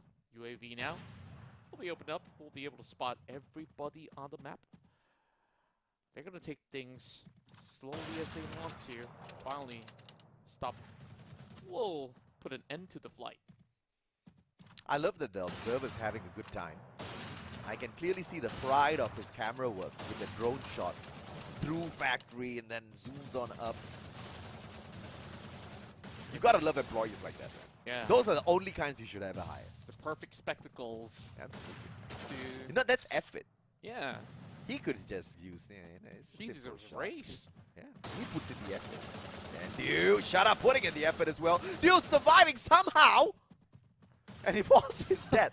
Oh, that was fine, because he still got members here to break out. But shut up. He's cutting close, though. He finds Dew yet again. And Few! Oh my. He's going to go down as well. Double, making a triple. Jump! He's going to crash. Can he get him?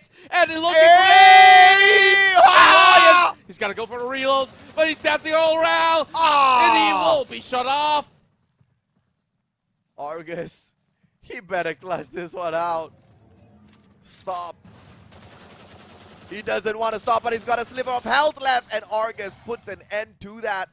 E-Arena pulling one back for the team. Man, that was too close. Oh And my. I believe they really want to give him that ace, right? And all of a sudden, Argus shows up and really puts on a heck of a show. Oh yeah. When it comes down to that 1v1, I guess there was a few disadvantages when it comes down to that positioning because he just exited out of the Orion. And the zone was also closing in, forcing him to basically cut right through. Yep. So that was as good as an effort he could basically pull off from. But now with the rest of EA thoroughly cutting through the center, Funa wants to pull more of these attention from Enigma Galaxy towards his favor. Limit trying to stop a flank. Stop's going to be cutting across, and this is definitely something that he will have to keep at bay. Limit having a really good idea as to where to anticipate his opponent from, and Fugard spotting him reposition. Takes a shot. Doesn't really punish at all. Dew gonna get caught out. Funa, M87, what a bump! And that Tatsuya is the only reason he got that elimination. Fugard now coming in to see if or not he can find that trade, but Argus layers it up. Fugard still does manage to find Funa. And Argus doesn't go in for the save just yet. Fugard's just keeping the pace up and gets straightened out by Argus. A little overconfident, but he had to pull his shot there. Man, moves after moves. E-Arena just having flexibility, and here comes Shut Up, and he will close it up against Enigma Galaxy. Won't be able to deal to both members, so it's down to Argus here to find a little bit more of that crack. Now with the help of Funa, this is absolutely doable. Game point now for E-Arena.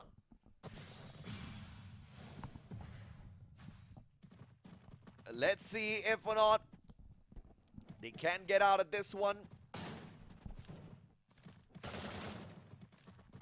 It has to be a slower push for the side of Enigma Galaxy if they want to guarantee a victory for themselves. E-Arena. It's a quick split coming through 2-2. And Funa is the one leading the fray. Grenade in his hands, Shut Up. They take very quick control of the compound. Spots a player, Argus has to respond. Had the sniper, couldn't do much. Stop now, getting tagged up. Orion pulled out in the nick of time, but it's a 2v1. A good glue wall to keep the two players back. Stop still surviving this. Bison, and in the meantime, Argus tosses a grenade. Funa finds Stop. Fugard trades out. Shut Up. Argus does connect with the grenade. And it's only down to 2 left. And they're just hunting out like sharks. He can only hide for ever so long. The ice grenade's not going to hold up, and Funa, he's going to land that blow. And easy does it. E-Arena, first booyah of the series. Wowee. E-Arena surely knew. Oh my God! I cannot believe, even he cannot believe, none of them can believe what just happened. We thought that we were the only ones at the edge of our seat, but this guy's off his seat. Giving us a little bit of a clip moment. Make sure you guys get that on camera real quick. That could have turned bad real fast. But thank goodness he's all right. Man's got reflex for days, so booyah goes over to E-Arena. It's always so fun to watch these champs at play. And Enigma Galaxy, I think like they definitely did a few things right throughout the run. Oh yeah. It's just that when it comes down to that burst fire execution, we saw it from the pistol rounds. It was absolutely clean, even though it was through those containers, which were definitely difficult to maneuver around. And then round after round, E-Arena kept doing it again. Yeah. And that final round was definitely one nail to the coffin, where you see once even when they split, Yep. it's just hard strikes from E-Arena. But the question here now is going to be if or not we are going to see yet another attack all around sort of weakness where you see them progress really easily on Bermuda and then stumble a tad bit at Nextera. Enigma Galaxy better hope that is at least the case, because the last thing they want is a 2-0. Yeah, and that will definitely be pretty hard for Enigma Galaxy to catch up. What I do notice is the burst of momentum, the speed of what E-Arena offers on not only Funa, you saw how quickly the cover-ups come in from Shut Up as well as Limit. Limit is not afraid to even go close proximities when he needs to. Sure, the first couple of rounds, he was holding all the way back. And that was also where Enigma Galaxy did pull those numbers down. And this was probably impressive because they were forced into the zone. They were. And they still managed to win. And Shut Up was just an absolute monster in this engagement, going for the triple. Try to get the quadruple for himself. Stop just fighting a little bit of a lifeline, and finally puts an end to Shut Up's crazy run out there. And those were the times where we really see a clear difference in terms of engagement capability between the two teams. Yeah. It's like Stop was absolutely phenomenal throughout the course of the series, but E-Arena definitely outshone them because it really felt like there was 4 stops on the other side that was rampaging all over the map. And even with them playing a lot more of a controlled tempo, they've still been able to bring in a couple of all these great ideations with the way that they control a certain zone, especially with those double angle marksmanship that they've been able to really back Funa up, has been able to get him this MVP title. And we saw clearly Funa abusing Tatsuya earlier on with the double dashes across the battlefield to reposition mainly, as well as to get into position as soon as the round starts, not really wasting the second bump, or else he does risk a 60-second cooldown.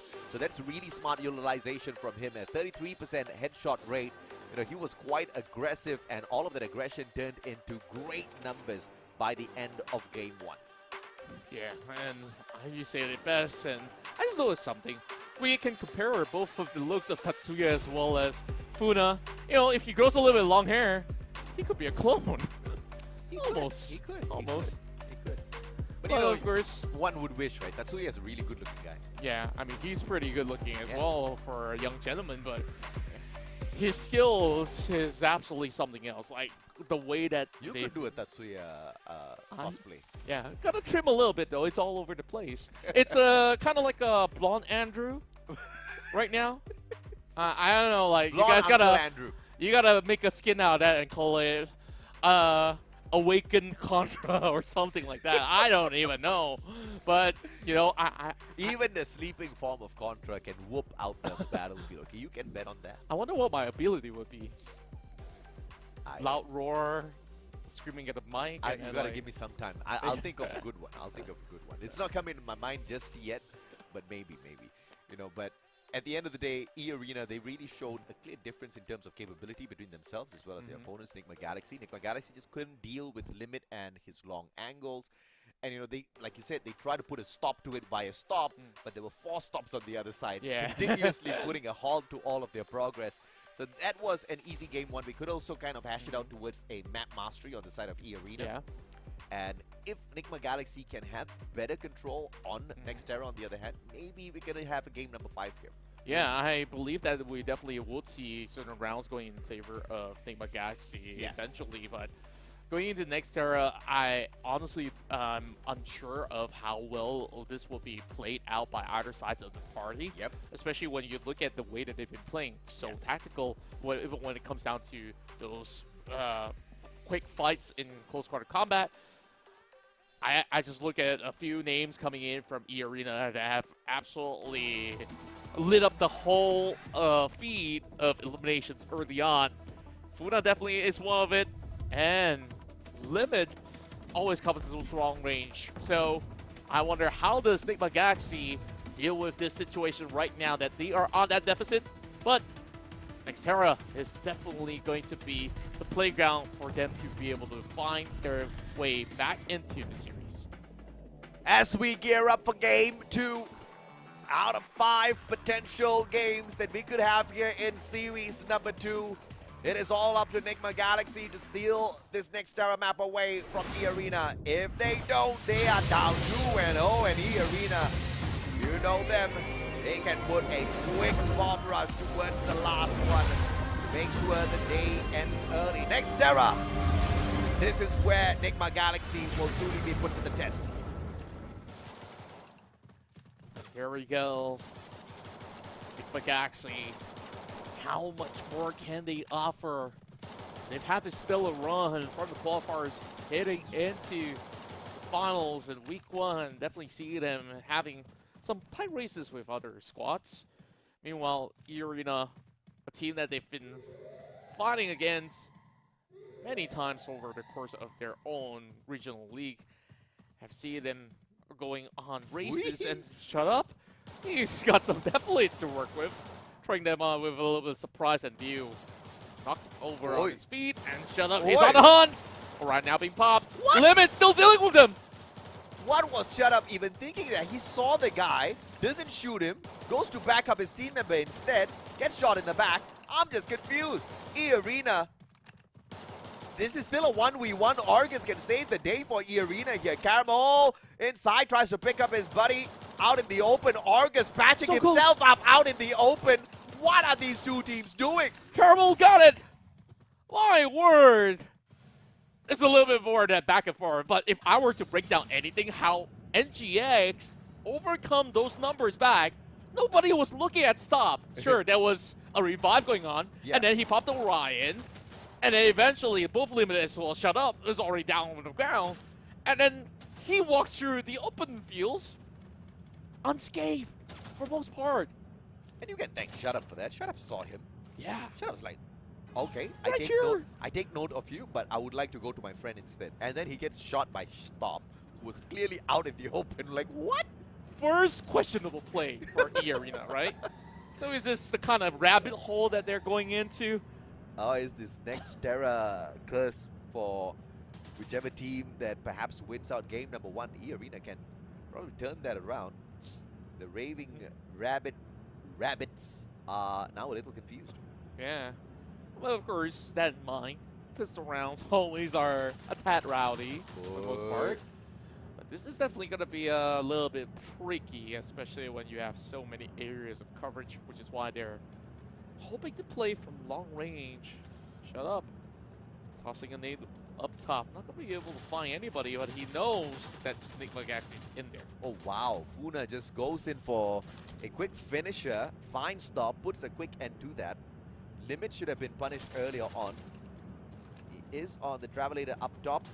Funa circles, finds. And it's a 3v1. Caramel getting caught out in the open. And Fugon's just no good at all. And Dew, the final player, what can he do? I guess he's just going to take a little bit of a seesaw swing upstairs.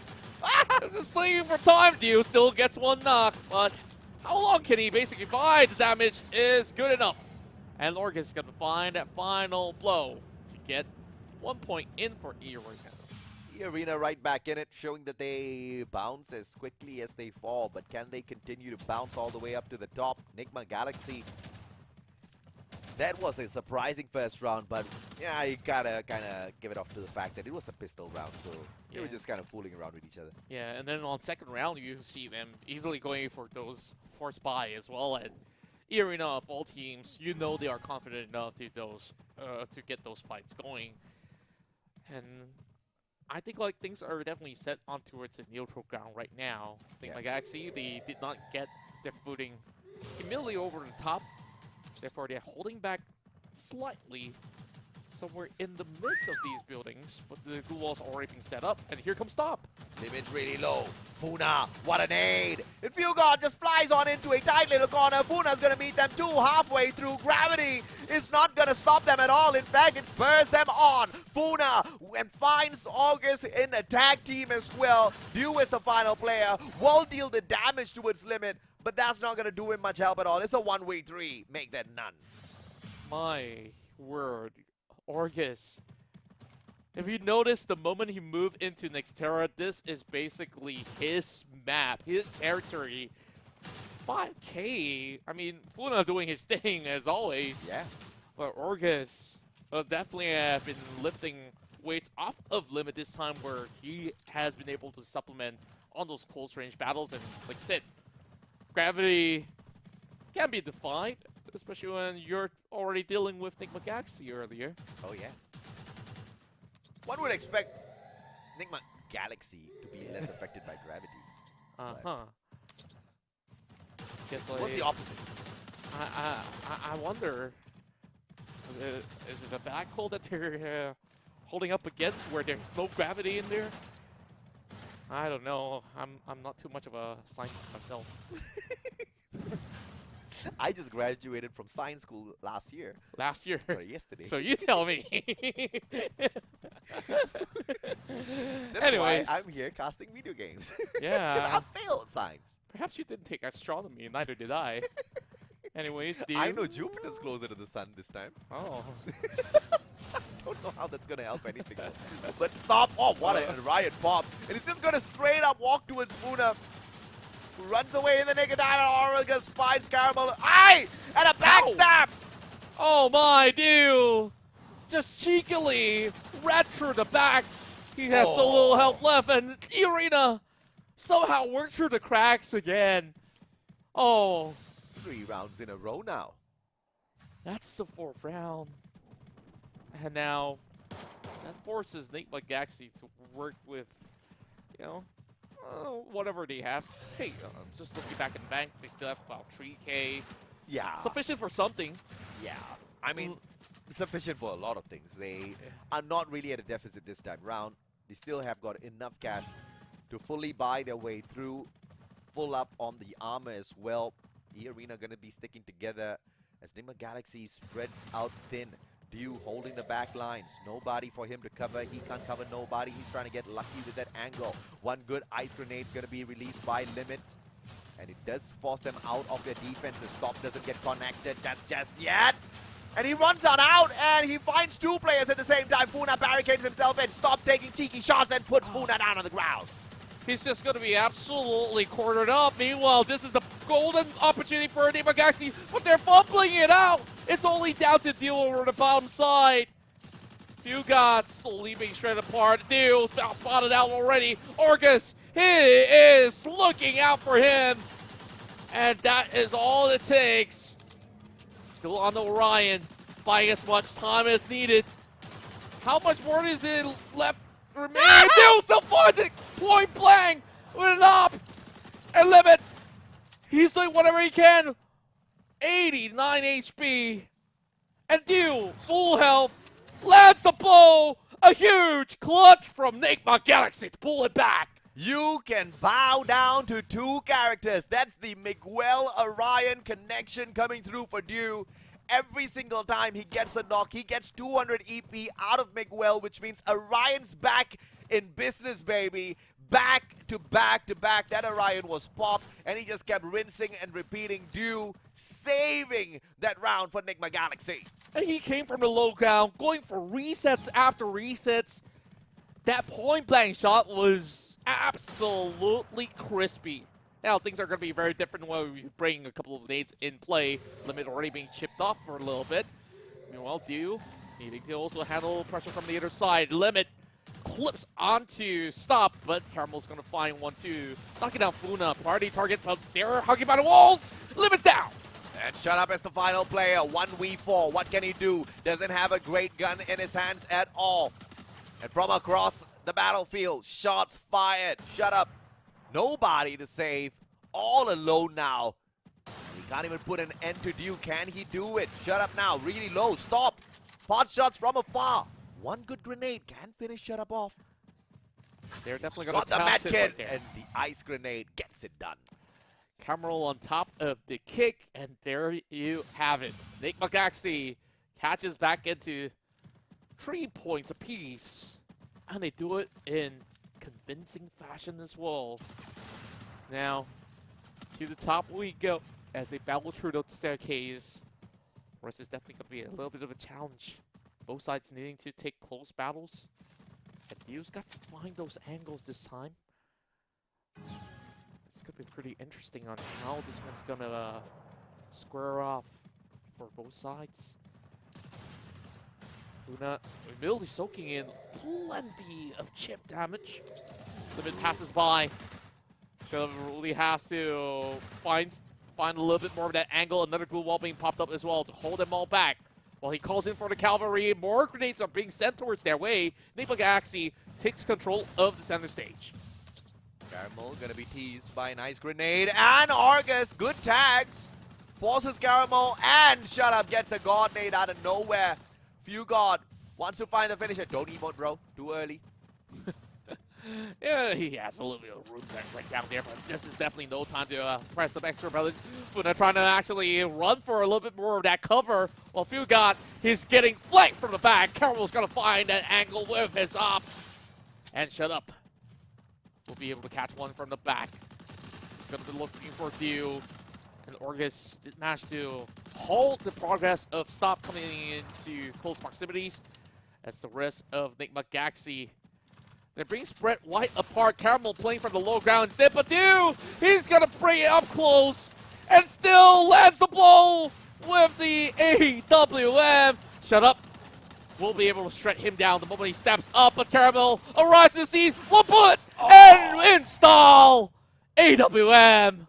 And Nigma Galaxy's on top. Oh my God, what a close match we've got on our hands here for sure. Caramel in that 1v1 in a desperate finisher. Lucky he managed to stand his ground, or else E-Arena, you know what they can do with a good advantage. They'll run away with it. That's what they intend to do, and this is that perfect time to do so. Once they go back into the Bermuda, it's about figuring things out, but they definitely feel like this is their turf right now to conquer. A little bit more of that split formation coming out of the arena. 3-1. And Few, first one to be knocked out. Shut Up with a good connection, and Dio is just a little bit too far away from the rest of the team members. Needs to catch right back up. That's going to be enough for Nigma Galaxy for a couple of seconds. Stop trying to hold them back. Grenade connects with no one. Caramel in action as well. Dio finally joining the fray. Good glue walls to hold Limit back. Orion has been popped. Dio really low! Oh. And it's just the Orion who sucks away Dio's health. Puts him on the ground. Stop as the final player. Can he survive? It's a 1v1! 1v1 yet again. It's Shut Up and versus Dio. Dio's down. It's down to Stop, and Stop will find another win right here in the same exact spot. Holy mama! Where they've clutched it before, and now looking for the point of their series. I just received a text message from Stop. He's telling me his shoulders are hurting. He's carrying this team heavy. Does he have an extra arm to execute? This guy is something else. Just like, bro, my shoulders hurt, man. 10 kills in already, 4 assists. Stop's just running amok. And we will love to see it. Whoa. He's just going to run directly at it What again. a good wall. But these walls are giving him some trouble running out. Ice Grenade's just going to hold him into place for the time being while he pulls back to the team. Gets a little bit of covered ground. Orgus now trying to peel right through. Dio forcing to use the Orion already. Oh! Here comes the jump. Ah! What? Shut up. And He initiated and he falters. He's looking for the angles. Funa patiently waiting. Finds nothing. Ice grenade response from Dio. Now cooking up that grenade. Tosses it a little bit too far away. Shot out of Funa. One good connection. Tanks the ice grenade towards the other side of the map. Argus goes down and Stop finds him halfway. Stop. My goodness, somebody stop him already. He's got to do something about this. And oh, the moment he's out of the Orion is the match concluded for Nigma Galaxy, and it will stop.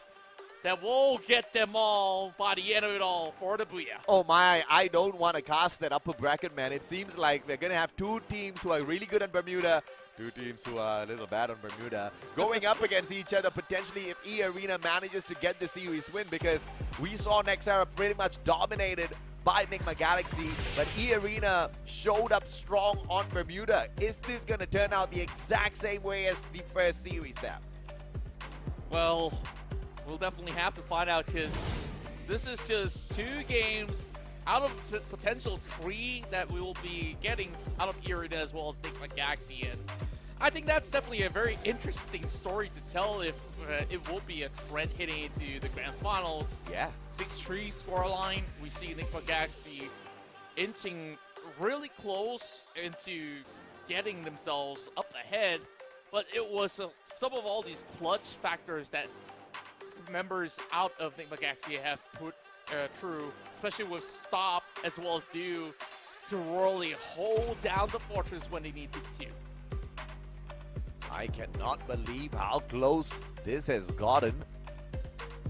Enigma Galaxy really showing them who's boss on Nextera. E-Arena initially kept things all equal, but I tell you, the rise of Stop put a quick stop to E-Arena and their ruckers out there on the battlefield. This was that great save by Caramel, but apart from that, it was just all out Stop. Yeah, we saw E-Arena try to approach things very, very differently when they went guns blazing with 3 members charging right through.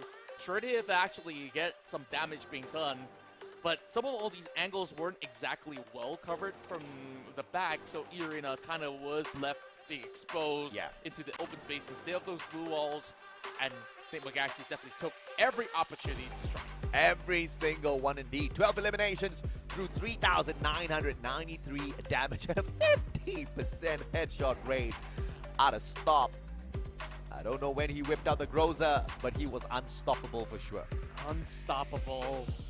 My man could definitely pull more records in these upcoming games, but Enigma Galaxy is going to move back into Bermuda, where they definitely had a very rough time. So I guess that now that they've already have a little bit more of an information of how these playstyles are coming through from E-Arena, perhaps they can adjust to the same level of tempo already. So it's something that Enigma Galaxy could still utilize even despite the changes of the map. So we'll definitely have to give them a little bit of time in order to, you know, get into a strategic plan. So if you were to be on Enigma Galaxy's shoe right now, of course, you'll be feeling ecstatic, just got off hot from a win. But this is definitely a different ballgame when they do move into Bermuda. So what's the few things that we have to look out for against E-Arena? I think Stop just needs a little bit more of solid backup. You allow him to be the rusher for the squad. He's going to go in there and pretty much get the job done. Don't let Stop get eliminated. That's going to be the secret sauce for the side of Enigma Galaxy. E-Arena, on the other hand, I mean, they've done this once already on Bermuda. It's just a rinse and repeat for them, right? Limit is going to be the front runner. In fact, the front runner by staying at the back with his snipes. And if he's going to be able to pull that off, if Stop is stopped by Limit before he can even close that gap, I think E-Arena stands a good chance of walking away with this again as well. Yeah, I definitely think those points were definitely something that they will definitely need to achieve in order to overcome some of all these hurdles that's being set up by E-Arena, especially when we saw the first round inside of Bermuda. They played a little bit slow, and then the tempo heading into Nextera was so much more faster. I think another point here is that members of the side of Enigma Galaxy, they're very, very comfortable to match up to this form of pace instead of waiting for the rest of E-Arena to rush right through, especially when what we saw early on back in Bermuda. Once you allow that solid burst, like it's really hard to digest every information at once, so it's always great to be that first mover in that sense. Yeah, I do agree, right? And also, of course, comes down to some of these mechanical engagements between the two teams, because we saw quick finishes coming out of E-Arena as well, initially kind of playing that slow pace, especially in the pistol round, right? We kind of saw a stalemate between the two, and when the engagement started, it was just gone in like a few seconds. You blink and you miss it. Yeah, absolutely right. It was just such a quick and swift execution by eArena, and they just didn't do it once, they didn't do it twice, they did it multiple times in game number 1. So Enigma Galaxy, they just have to play the distance a little bit. But dude, I mean, it's Clash Squad, man. You play the distance, how long can you stay away from eArena, right? Yeah, it's definitely very, very difficult, especially eArena. I think what they're really, really good at is rapid intelligence gathering, right? Yeah. Like, Yes. the moment Yeah. they see a little bit of movement, they spot it out. Okay, that guy's right there. Remember his position, Yep. and that's one angle that we will definitely take when we do rush right in. And then they try to look for the exit plan as well. If things don't really go well, Yep. or, like, do we have the other angle being covered up? Yeah. So it was very well coordinated, very well planned out. So, which is the reason why, like, perhaps with a little bit more of that tempo, give them less time to think. Yeah.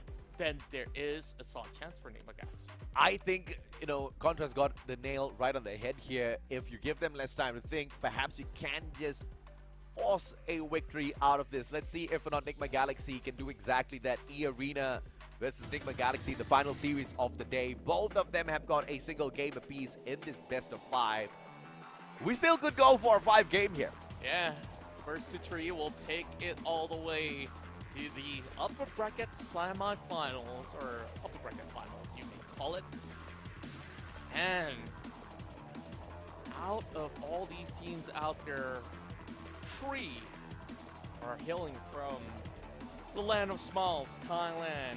We also still have a representative from Indonesia in the form of Morphine, which was unfortunately knocked down to the lower bracket. So winner will definitely proceed forward, and the losers will have to fend off against Morphine in order to secure a lower bracket run. So it is about time that we jump right into another exciting match, as we'll have to check out who will get the next Booyah. eArena, this is going to be their turf to prove that they have what it takes to be champion again. My heart is beating a little too fast.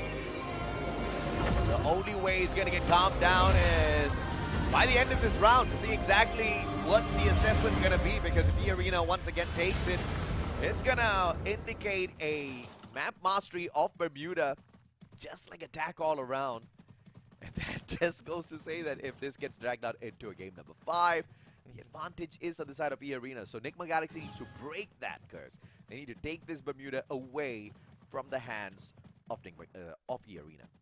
Stop swiftly proceeding forward. We'll have to duel with Funa. The top fraggers of each respective side having the same ideation. Stop. Verdine spotted out as he tries to negate his way onto the outskirts. Limit tries to suppress him with a couple of all these tags. So it's true, but it's really hard to land on that tiny little head.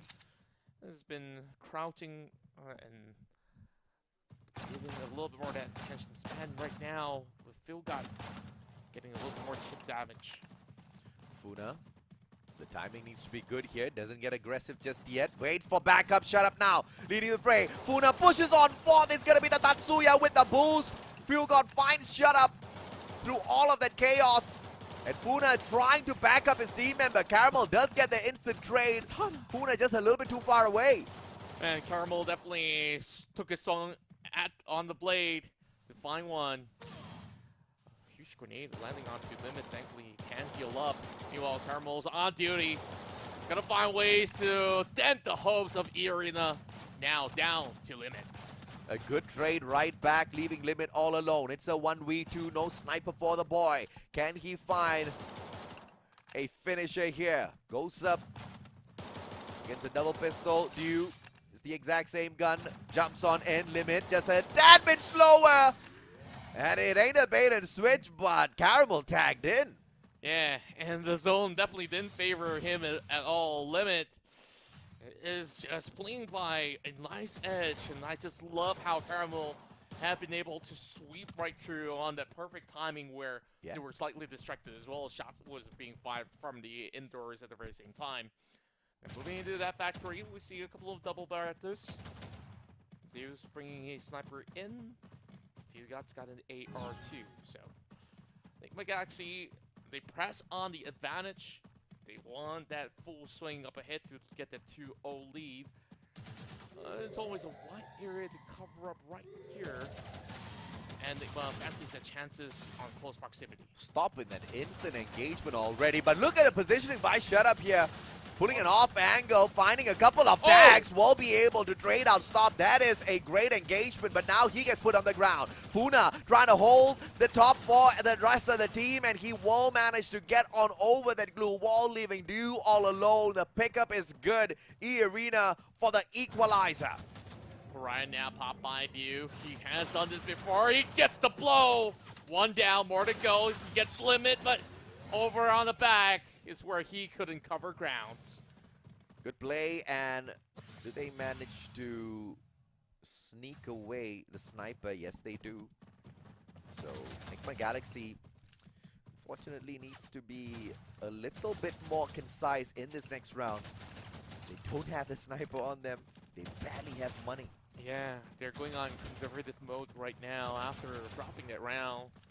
Risky plays as they kind of underestimated the firepower of E-Arena's double Berettas.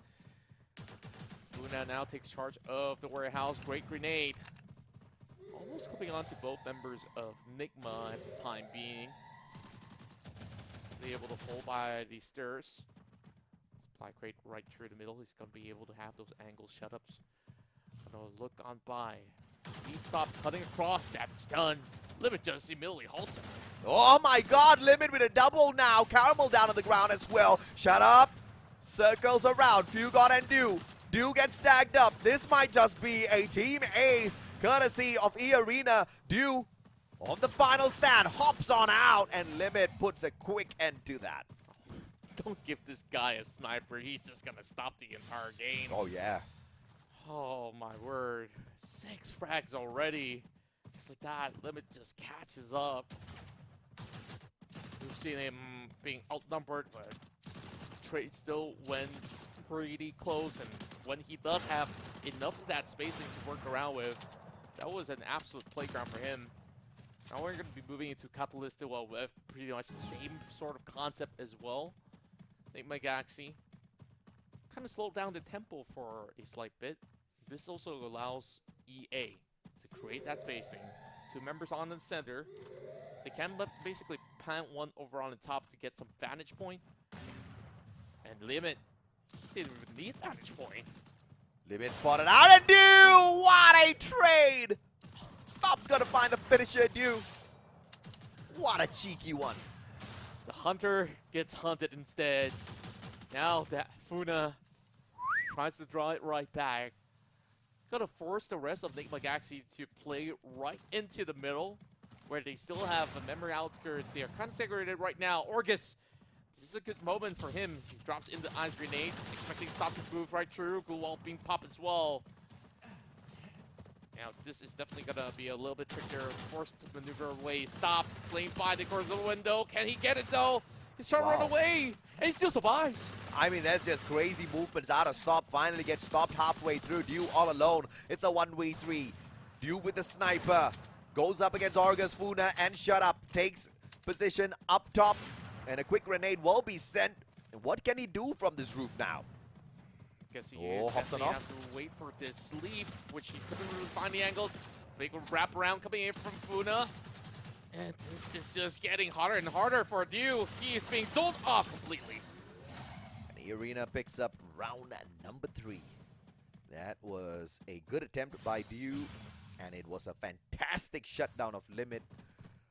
But Limit's not the only threat out of E-Arena. Dude, this whole squad just knows how to run the show. That's why they're one of the scariest team on the planet at the moment. Yeah. Whatever your weapons is, you throw to them, they've probably mastered it 10 times over. Now, E-Arena, they got their lead back, but there are still ways that Enigma Galaxy can still put a little bit of a damage across you. Now land the blow right through the shack. Gonna force to put up the wall. Denying entry for the side of Enigma Galaxy. A little bit more of the nades that did clip on to stop at the moment, and Shutup's gonna look for an attempt. But these walls are not doing him any favors. Stops the enemy, stops him as well. Everybody stop! Yeah, everybody stops. But we gotta keep going for it. Funa tagged up, manages the recovery. Stop now from the back, circling around. Shut up, going to get caught out and stop. It's gonna be found, and Fugod backs him up. A smart play coming on through Funa. What a glue wall. And this is just a stalemate, just to flush out the players of Nigma Galaxy so that E-Arena can take center stage. That's just spot out limit, and it's about battle of positioning. Fugod now being slowed down by the ice grenades. He's gonna climb over though. He finds the angles, he finds the flank, and they breeze right in, hunting out every member of EA. Limit down as well. 2v for it. Orgus shows up. Can he find a save here? Answer is maybe. He finds Fugod. It's a 1v2 now. Nigma Galaxy going for the save. Trying to pick up their team members. Flanks around. Fugod slowly recovering his HP and stop now back on his feet. Argus can't do much really low on that HP. Quick swings coming out of Argus, but he's only got 25 HP left. Jump shot from the top. Nigma Galaxy takes over control, and the chase is back online. Moving on to Shipyard. So this is definitely going to be a very different tempo as compared to the first Bermuda run that they had back in Shipyard. Now that there is weapons involved, so we'll definitely see Dew playing a little bit more reserved for that, unless that he would be taking a little bit more in that elevated area, and hoping that he can reposition with the Orion eventually. Opening nades being tossed across in the moment's time. But Shut Up says, I'm just gonna be a little bit more annoying to keep them guessing from up close. Nigma Galaxy has got grenades for days. They can keep tossing them in, and Dew from afar punishes Argus. The limit goes down as well as Stop finds him. Dew, can he find the finisher? Argus manages to pick up Fugod. Down on the ground, not for long. Nigma Galaxy, Stop finds it. And E-Arena pretty much can't do much now, as Nigma Galaxy manages to down it just to one final guy. Funa holding on for his dear life. Caramel finding the finisher. He should be able to circle around just in the nick of time. Funa doing whatever he can to stay alive. Well, I believe the rest of Nigma has arrived to the scene. Still have to pick Euro Poison by the end of it all. Who's it gonna be? Funa's still standing for quite some time. I guess he's just making E-Arena work for him. 3-all, the closest series we've got thus far for sure. In game number 3. And both teams have 3 apiece. Both trying to look for the victory in game 3. That's a lot of trees, including in the map itself. Yeah, exactly. I love green areas. Anyways. Now, even Stevens we go into the open territories of Hangar. The 2-2 split going on. Very interesting start as Nigma Galaxy choose not to move too far away from their spawn. Immediately, Funa claims the center ground. Limit versus Dew on the snipes. Limit gets tagged up. Dew just slightly better at this point, and Fugod turns the tables onto Argus, and Stop finds one for himself as well. Funa served a can of tuna, and Limit all alone now. Dew knows exactly where he is. It's going to be keeping him just behind the walls. Limit, what can he do? Pretty much nothing if he can find 4 miraculous shots. Maybe something, but no. Just shows up a little bit too early, and Caramel says, thank you for coming. Yeah, and please come again.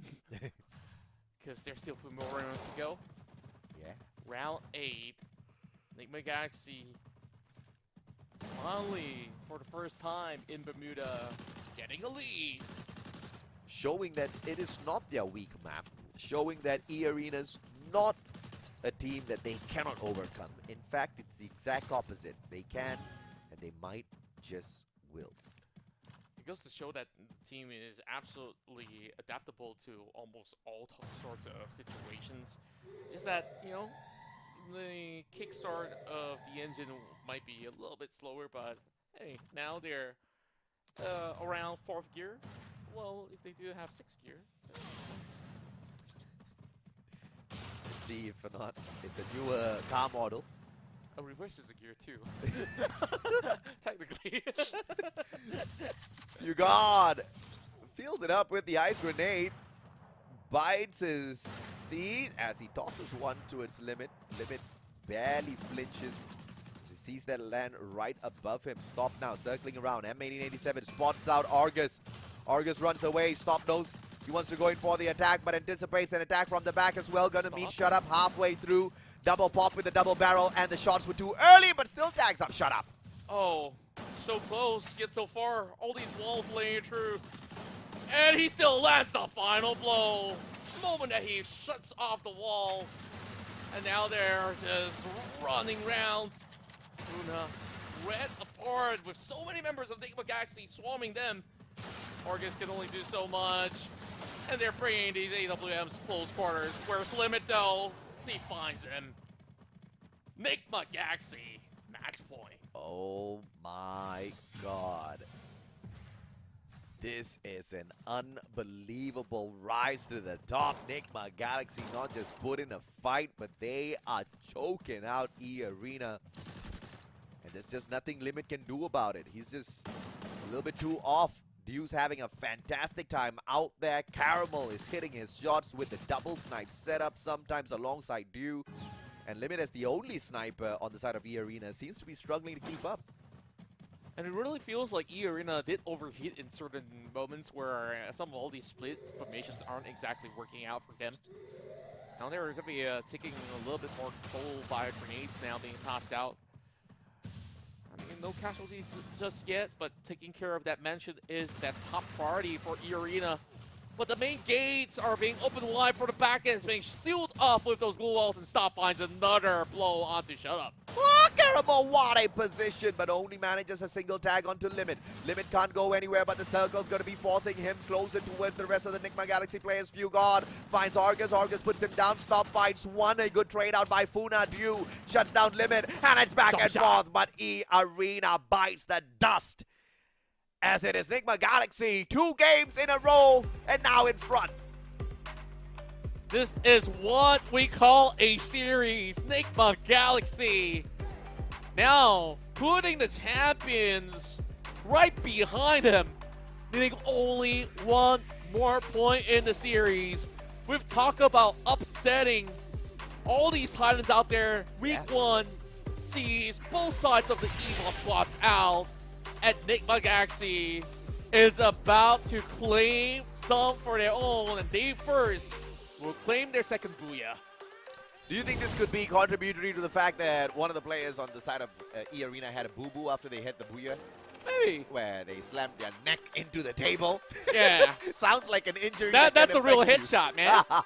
And I'm just hoping that, you know, there's no injuries on those wrists, because he still needs it for, you know, a long hurdle now that E-Arena has to find 2 back-to-back points on the matches. So this is definitely going to be a difficult task, but nothing unfamiliar for these champions. But you can definitely see that Enigma Galaxy have solidified their formation, solidified and cleaned up all these rough edges, where E-Arena seemingly to show little signs of fatigue already. I am surprised to even see that being the fact, right? But you have to respect that Enigma Galaxy woke up. Dew was hitting such crucial shots. Caramel were hitting so many of them as well as the secondary sniper of the squad. Stop was unstoppable, and what better player to front apart from him as well as Fugard. Caramel is the guy that picks up the MVP title. 8 eliminations, 1,804 damage. Very concise round for him. 30% headshot rate, but we're not going to complain at all. Yeah, and I just love the way that this team dynamic works. Like, you did mention, Stop in the forefront so far, doing what he knows best as the one that opens up the trade, and then Nick Galaxy knows how to also come in for the backup. And Yeah. I think like the formation definitely has to change for E-Arena to bring a very different element. Speaking of element, Nick Galaxy feels just right at home yet again as they're going to be moving into next Terra with a little bit more of that confidence of their past win in that map. But if things could have actually changed for Bermuda, it could still be around for you. It could be a game number 5, or Enigma Galaxy could just be saying, nah, I want to end it right here, right now. Like you said, man, they've already gotten it done at Nextera once. What's another time? But also to your point, Enigma Galaxy managed to rip away a victory map from the side of E-Arena. E-Arena could turn the tables. The one crucial factor is Limit cannot be the heavy carry for E-Arena this time. Yeah, I really feel like some of these roles have to... I mean, they will stick to their roles for sure, but like some of the burdens needs to be lifted off of them. Like we see back in Bermuda, how it actually worked out is that later on you see like one of the members have been able to also pop off in that formal moment. If I'm not too mistaken, it was what was his name again? Argus, yes. Yeah. So by the later stages of the round, you see Argus starting to play a little bit more through the front line. So that was definitely a difference maker where they didn't really suspect this to be a different form of attack. Correct. So Enigma Galaxy, now that they've already had snipped out, okay, this is how the angles of attacks are coming from, whether if they choose the left or the right, it is a similar pattern no matter what. And also, you did mention that, you know, the burden was lifted a little bit from the shoulder. And whose shoulder was it lifted off of? It was Dew, because Dew was the main sniper. Wasn't really hitting as many of those shots as that was required. Caramel, the moment he had enough resources on his side, buys himself a sniper as well. A double AWM setup to overwhelm E-Arena. 2 long angles pretty much covered. In the middle, you've got Stop. I mean, you don't really need more than Stop, right? Stop pretty much can, you know, the worst case scenario is he needs to slow the opponents down whilst he waits for the backup. And he does that as well. Very, very well from the side of Enigma Galaxy. Everything was happening their way. I mean, you know, there's just a couple of ways that E-Arena could turn this around. Maybe they want to have a secondary sniper as well to deal with Caramel this time around. But I don't know if or not Enigma Galaxy is going to allow them an easy comeback here. Definitely not going to be the case. A lot is at stake right now, but this is basically the first time that we see the boys of Enigma Galaxy get to rejoice a little bit more. And first time, frowns on the faces of champions of Thailand, E-Arena. I mean, my mama used to tell me that, my mama used to say, don't smile too much, you're gonna cry. But I always thought she was a negative person, but now I see what she means. Well, sometimes life does give you lemons. And I guess this time, they gotta find ways to pull the rabbit out of the hat. Sometimes it seems like you're not the magician's rabbit, but you're just a rabbit being hunted out there on the open fields. There's got 2 snipers to hunt these rabbits. Let's see what happens as we hop on right back into Nextera. Potentially the final game, unless E-Arena wakes up. You can only imagine how grueling it is to go rounds after rounds against such tough opponents on each respective ends.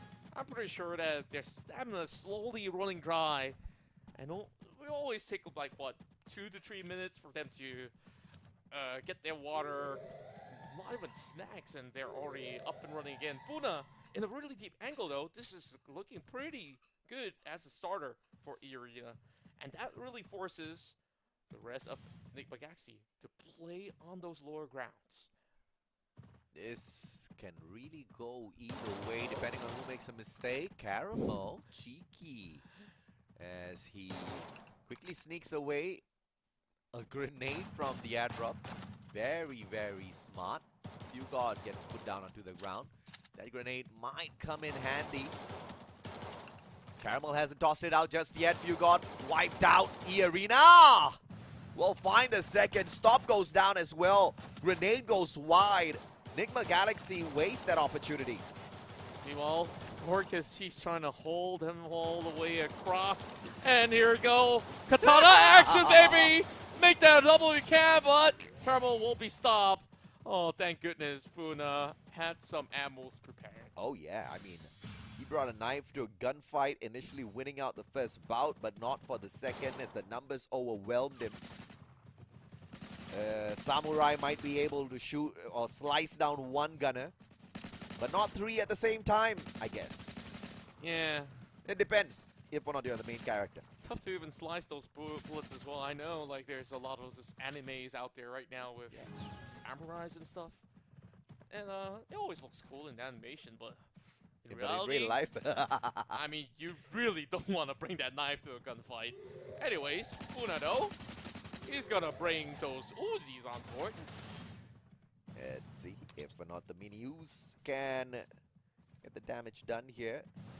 Enigma Galaxy, Funa goes up against Fugard, who runs straight into his gunshots, and Funa with an instant eliminator. In the meantime, Stop's gonna find Argus, puts him out. Shut up, finds Stop, back and forth. Dew, the final player. Enigma Galaxy needs to wake up. And Enigma Galaxy, they're just basically suppressing the corner, and Dew, he's being sent out to the lobby. Like, just like that. There's no way out for him. Absolutely zoned off. I think Dew's really holding bad positions. Yes, he's the backup, but he's due a little bit more for the team. If Caramel didn't step it up earlier, you know, Enigma Galaxy would have gotten eaten up by E-Arena. And Dew has been having pretty rough positions out there. Every single time he plays it, you know, nothing much goes his way. Maybe you might want to try to play the position or that aggression a bit. Perhaps so. And that wasn't exactly a full buy that went their way on that second round. So, understandably why. Maybe a better weapon, perhaps it may have actually worked out, but definitely a little questionable. Quick pit stop or stop. And Funa gets tagged. Stop has managed to sneak away a couple of glue walls. Nothing much to shout about. Extra bit of defense. And Stop in the mini Uzi does manage to find the connection on to Shut Up. Quick reposition comes on through. Argus tagged up as well. E-Arena not looking good this round. So many fights happening on different angles. E-Arena, they're being brought out to the daylight, and it's lights off. Knocked out Cole, but everything's lined up for Funa. He's just waiting by the corner of the wall. He's going to be able to spot out Stop. But he's still receiving a lot of these bullets back over on his armory, so whatever that restock was, that kept him alive. Enigma Galaxy, they should be able to survive this. Caramel tagged up by a good, solid nade, but he's not going to be tickled by it at all. Still do have the numbers advantage. Stop going in for the push. Caramel looking for the opportune moment as Funa finds Fugard to equalize the numbers. Stop finds Limit. Funa all alone. And that's done as Enigma Galaxy pull one round back. That was beautifully executed, looking at how they've been able to just cut through those terrains just like that in open spaces and not receiving much of those trades coming back from inside of the arena. Now these things looking to be pretty much chaseable for Enigma Galaxy as we approach round 4. This is definitely going to be interesting on who gets the point, because E-Arena, once they reach 3, they're going to look for that steamroll momentum. And just look at Orgus now pushing right through. He is definitely taking a whole lot of that weight off the shoulders of his teammates, especially from Funa. Stop's gonna go get a little bit of an elevated shot coming from the boxes. Decides to pull back. Grenades are flying in. Here comes EA. Here comes Stop as well. Flies in for the eliminator. Shut Up gets taken down by Fugard with an instant backstab. Turn into elimination and Limit all alone in a 1v4. Enigma Galaxy finds the equalizer. tries to come into the stairs, but it wasn't exactly the perfectly timed sort of attack coming from E-Arena. Like, they had the ideas to funnel them back into that spacing and then come in for a flank. Limit, not much that he can basically do there once you have that area being breached out. So now, going into the squares this time, so we'll see if whoever gets a little bit more of that zone control top end of the center would definitely have a perfect angle against their opponents. Meanwhile, duos will stop. Already takes a lot of space for the team. Orgus is going to deal with the situation. But looking at E-Arena, they're sort of split for the time being. It's a slow push, but Dew says nothing slow about it, Mustachio. Good headshot. Limit down on the ground. Gonna nerf E-Arena a little bit. Nigma Galaxy going in for the finisher. August goes down as well. Few God pops off. Shut up! Caught out in the open. Tagged up as the final player. Nigma Galaxy is going in for the finisher. Caramel with a backstab. And that is the end as Nigma Galaxy pulls in front. My goodness. We thought that in close quarter combat that E-Arena could actually fend off themselves well enough, but it didn't seem like they were given any sort of room over on the ground floor, and that's what Nigma Galaxy plans to basically do. Choke some of all these angles and basically funnel them right through. Now, let's see some Travelator action as we get ourselves into the factory grounds. Nigma Galaxy starts off with a right flank. And Shut Up is going to be a few steps away from the back of the outskirts of the warehouse itself. So Stop. He's going to see if he can find that opportunity for a lurk instead. Oh, he pulls out the shotgun and Stop. He couldn't actually get in time, but there is backup coming from Fugod. Oh yeah, Fugod was there. It was a 1v2 Shut Up, just could not deal with. But now, View out of nowhere. Caramel gets taken down. Instant pickup coming on through. Nigma Galaxy not phased at all. Limit's really low on that HP. View trying to finish him off. Stop goes in for that backup. Finds August. What a shot! And that was just him running through the staircases. Nigma Galaxy. Mama. A clean sweep. And we're looking at 2 more points for them to secure and potentially cause the biggest rupture in the Thai circuit. Woo! You have your 2-time world champs kicked out and E-Arena down in the low brackets. My, oh my, you just never know what to expect from the world of Free Fire. And this is why I love Clash Squad so much. So different from the usual BR mode that this is how you define how strong a squad setup is. Nigma Galaxy now having Stop, moving up front, cutting through the wall, finds the blow, and he's gonna go in for more with the rest of the squad. Oh yeah, they're not gonna wait this time round. August goes down as well. Limit as the final player. E-Arena, what can they do? Nigma Galaxy looking for the series point right after that finisher. And they are in a great position now to execute this gentleman's sweep off of E-Arena, who won the first series. Pressure all on E-Arena for the very first time. Nigma Galaxy proved that Bermuda is also for the taking. Dew, the man on a mission. 5 frags to his name. But the best one of the block right now. Stop. All eyes on this lethal killer. E-Arena holding back.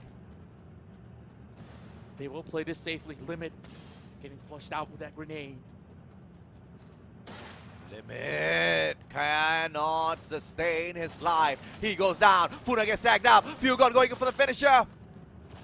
And it looks like Fugod's going to be able to pull this off. But Funa's got a little bit of backup as well. August goes down. Stop shows up. And Funa does get one trade right back. Stop. He's so low though. He needs to heal up. Where is the backup? And the backup has arrived from the back. That's it. Shut up trying to have one final stand for Team E Arena. Nigma Galaxy, with the execution of the final round, executes a gentleman's sweep onto E Arena, who took the first game in this best of 5, losing straight 3 out to Nigma Galaxy. Unbelievable. Their hurdles, the struggles from the beginning did not matter at all. Oh yeah. As they just rapidly sprint their way through the finish line. And they will secure the booyah to arrange a meeting in the upper bracket finals. Upper bracket final slot now for Nigma Galaxy E Arena. Lower the tad notch to the lower brackets. A loss tomorrow means they get kicked out of the competition. I cannot believe what I am seeing here in this fight. I cannot believe this competition, man. I mean, every single turn, every single round, we have got an absolute banger. And dude, I'm so worried for Morph Team tomorrow. E Arena's not going to be easy.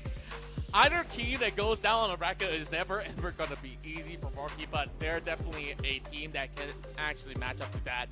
But first, going back, they definitely have to look into how they would be able to improve Bermuda if they stand any chance at all.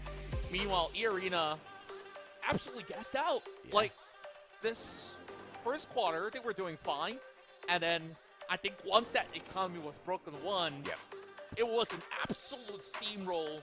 And they don't know how to stop. Yeah, man, they just had no solution at all for Nigma's stop. He was the highlight player for a reason, and circles around E Arena. He could run, but Caramel did a lot of work in there as well. Dio recovered a little bit of his pride as the sniper of Nigma Galaxy in this final game, but it is the one and only stop. 10 eliminations through 4,618 damage. 10% headshot rate, he'll close our eyes. It didn't matter for him. This guy, unstoppable no matter where his bullets hit. Yeah, because he's been playing close range, it's all about those shotguns that he's been able to secure those numbers back. And then, of course, time to time, you see him going for the Scar at the very same time. So he's about putting as much damage numbers on the block and now opening all the room possible for Nigma Galaxy to eventually get those trades going back. And E Arena simply had no answers. We take a little glimpse of what we went through. E Arena won the very first game, and then it was just back-to-back wins for Nigma Galaxy. And Nigma Galaxy not even allowing E Arena to go past the halfway point mark in each of those games that they took a victory on. And this is the bracket setup for tomorrow. Upper bracket battle between Attack All Around and Nigma Galaxy. Both teams from Thailand. Morph Team tomorrow needs to be in their finest form as they take on E Arena, your champions of FFSI, your #1 seed out of Thailand in the lower bracket, because a loss means you go home. And it's all in or nothing right now, where you guys definitely don't want to miss a single match. So that's happening throughout the course of the weekend, where we will crown our champions on Sunday. But it's all about the journey right now. If you guys are from Indonesia, you know what to look for. Give all of your support to Morph Team, and of course, Thai teams. Need I say more? Need I say more? They're just so good. And I don't know what it is about the Thai teams. They clearly are doing not just one thing, but many things right. To have so many great, not just good, but amazing teams be born in one country, in one server. You know, everybody needs to learn from them, no doubt whatsoever. Yeah, I'm pretty sure that they definitely have cultivated a very strong environment where they help each other grow in essence, because once you actually teach your opponents improve, and then you get to improve at the very same time. So I guess, like, perhaps this is that form of mentality that you could see the stiff level of competition coming from the Thai region. Ladies and gentlemen, boys and girls, that's about it for day number 4. We are gonna be ending the day, but tomorrow, same time, same place. Make sure you be there. Good night.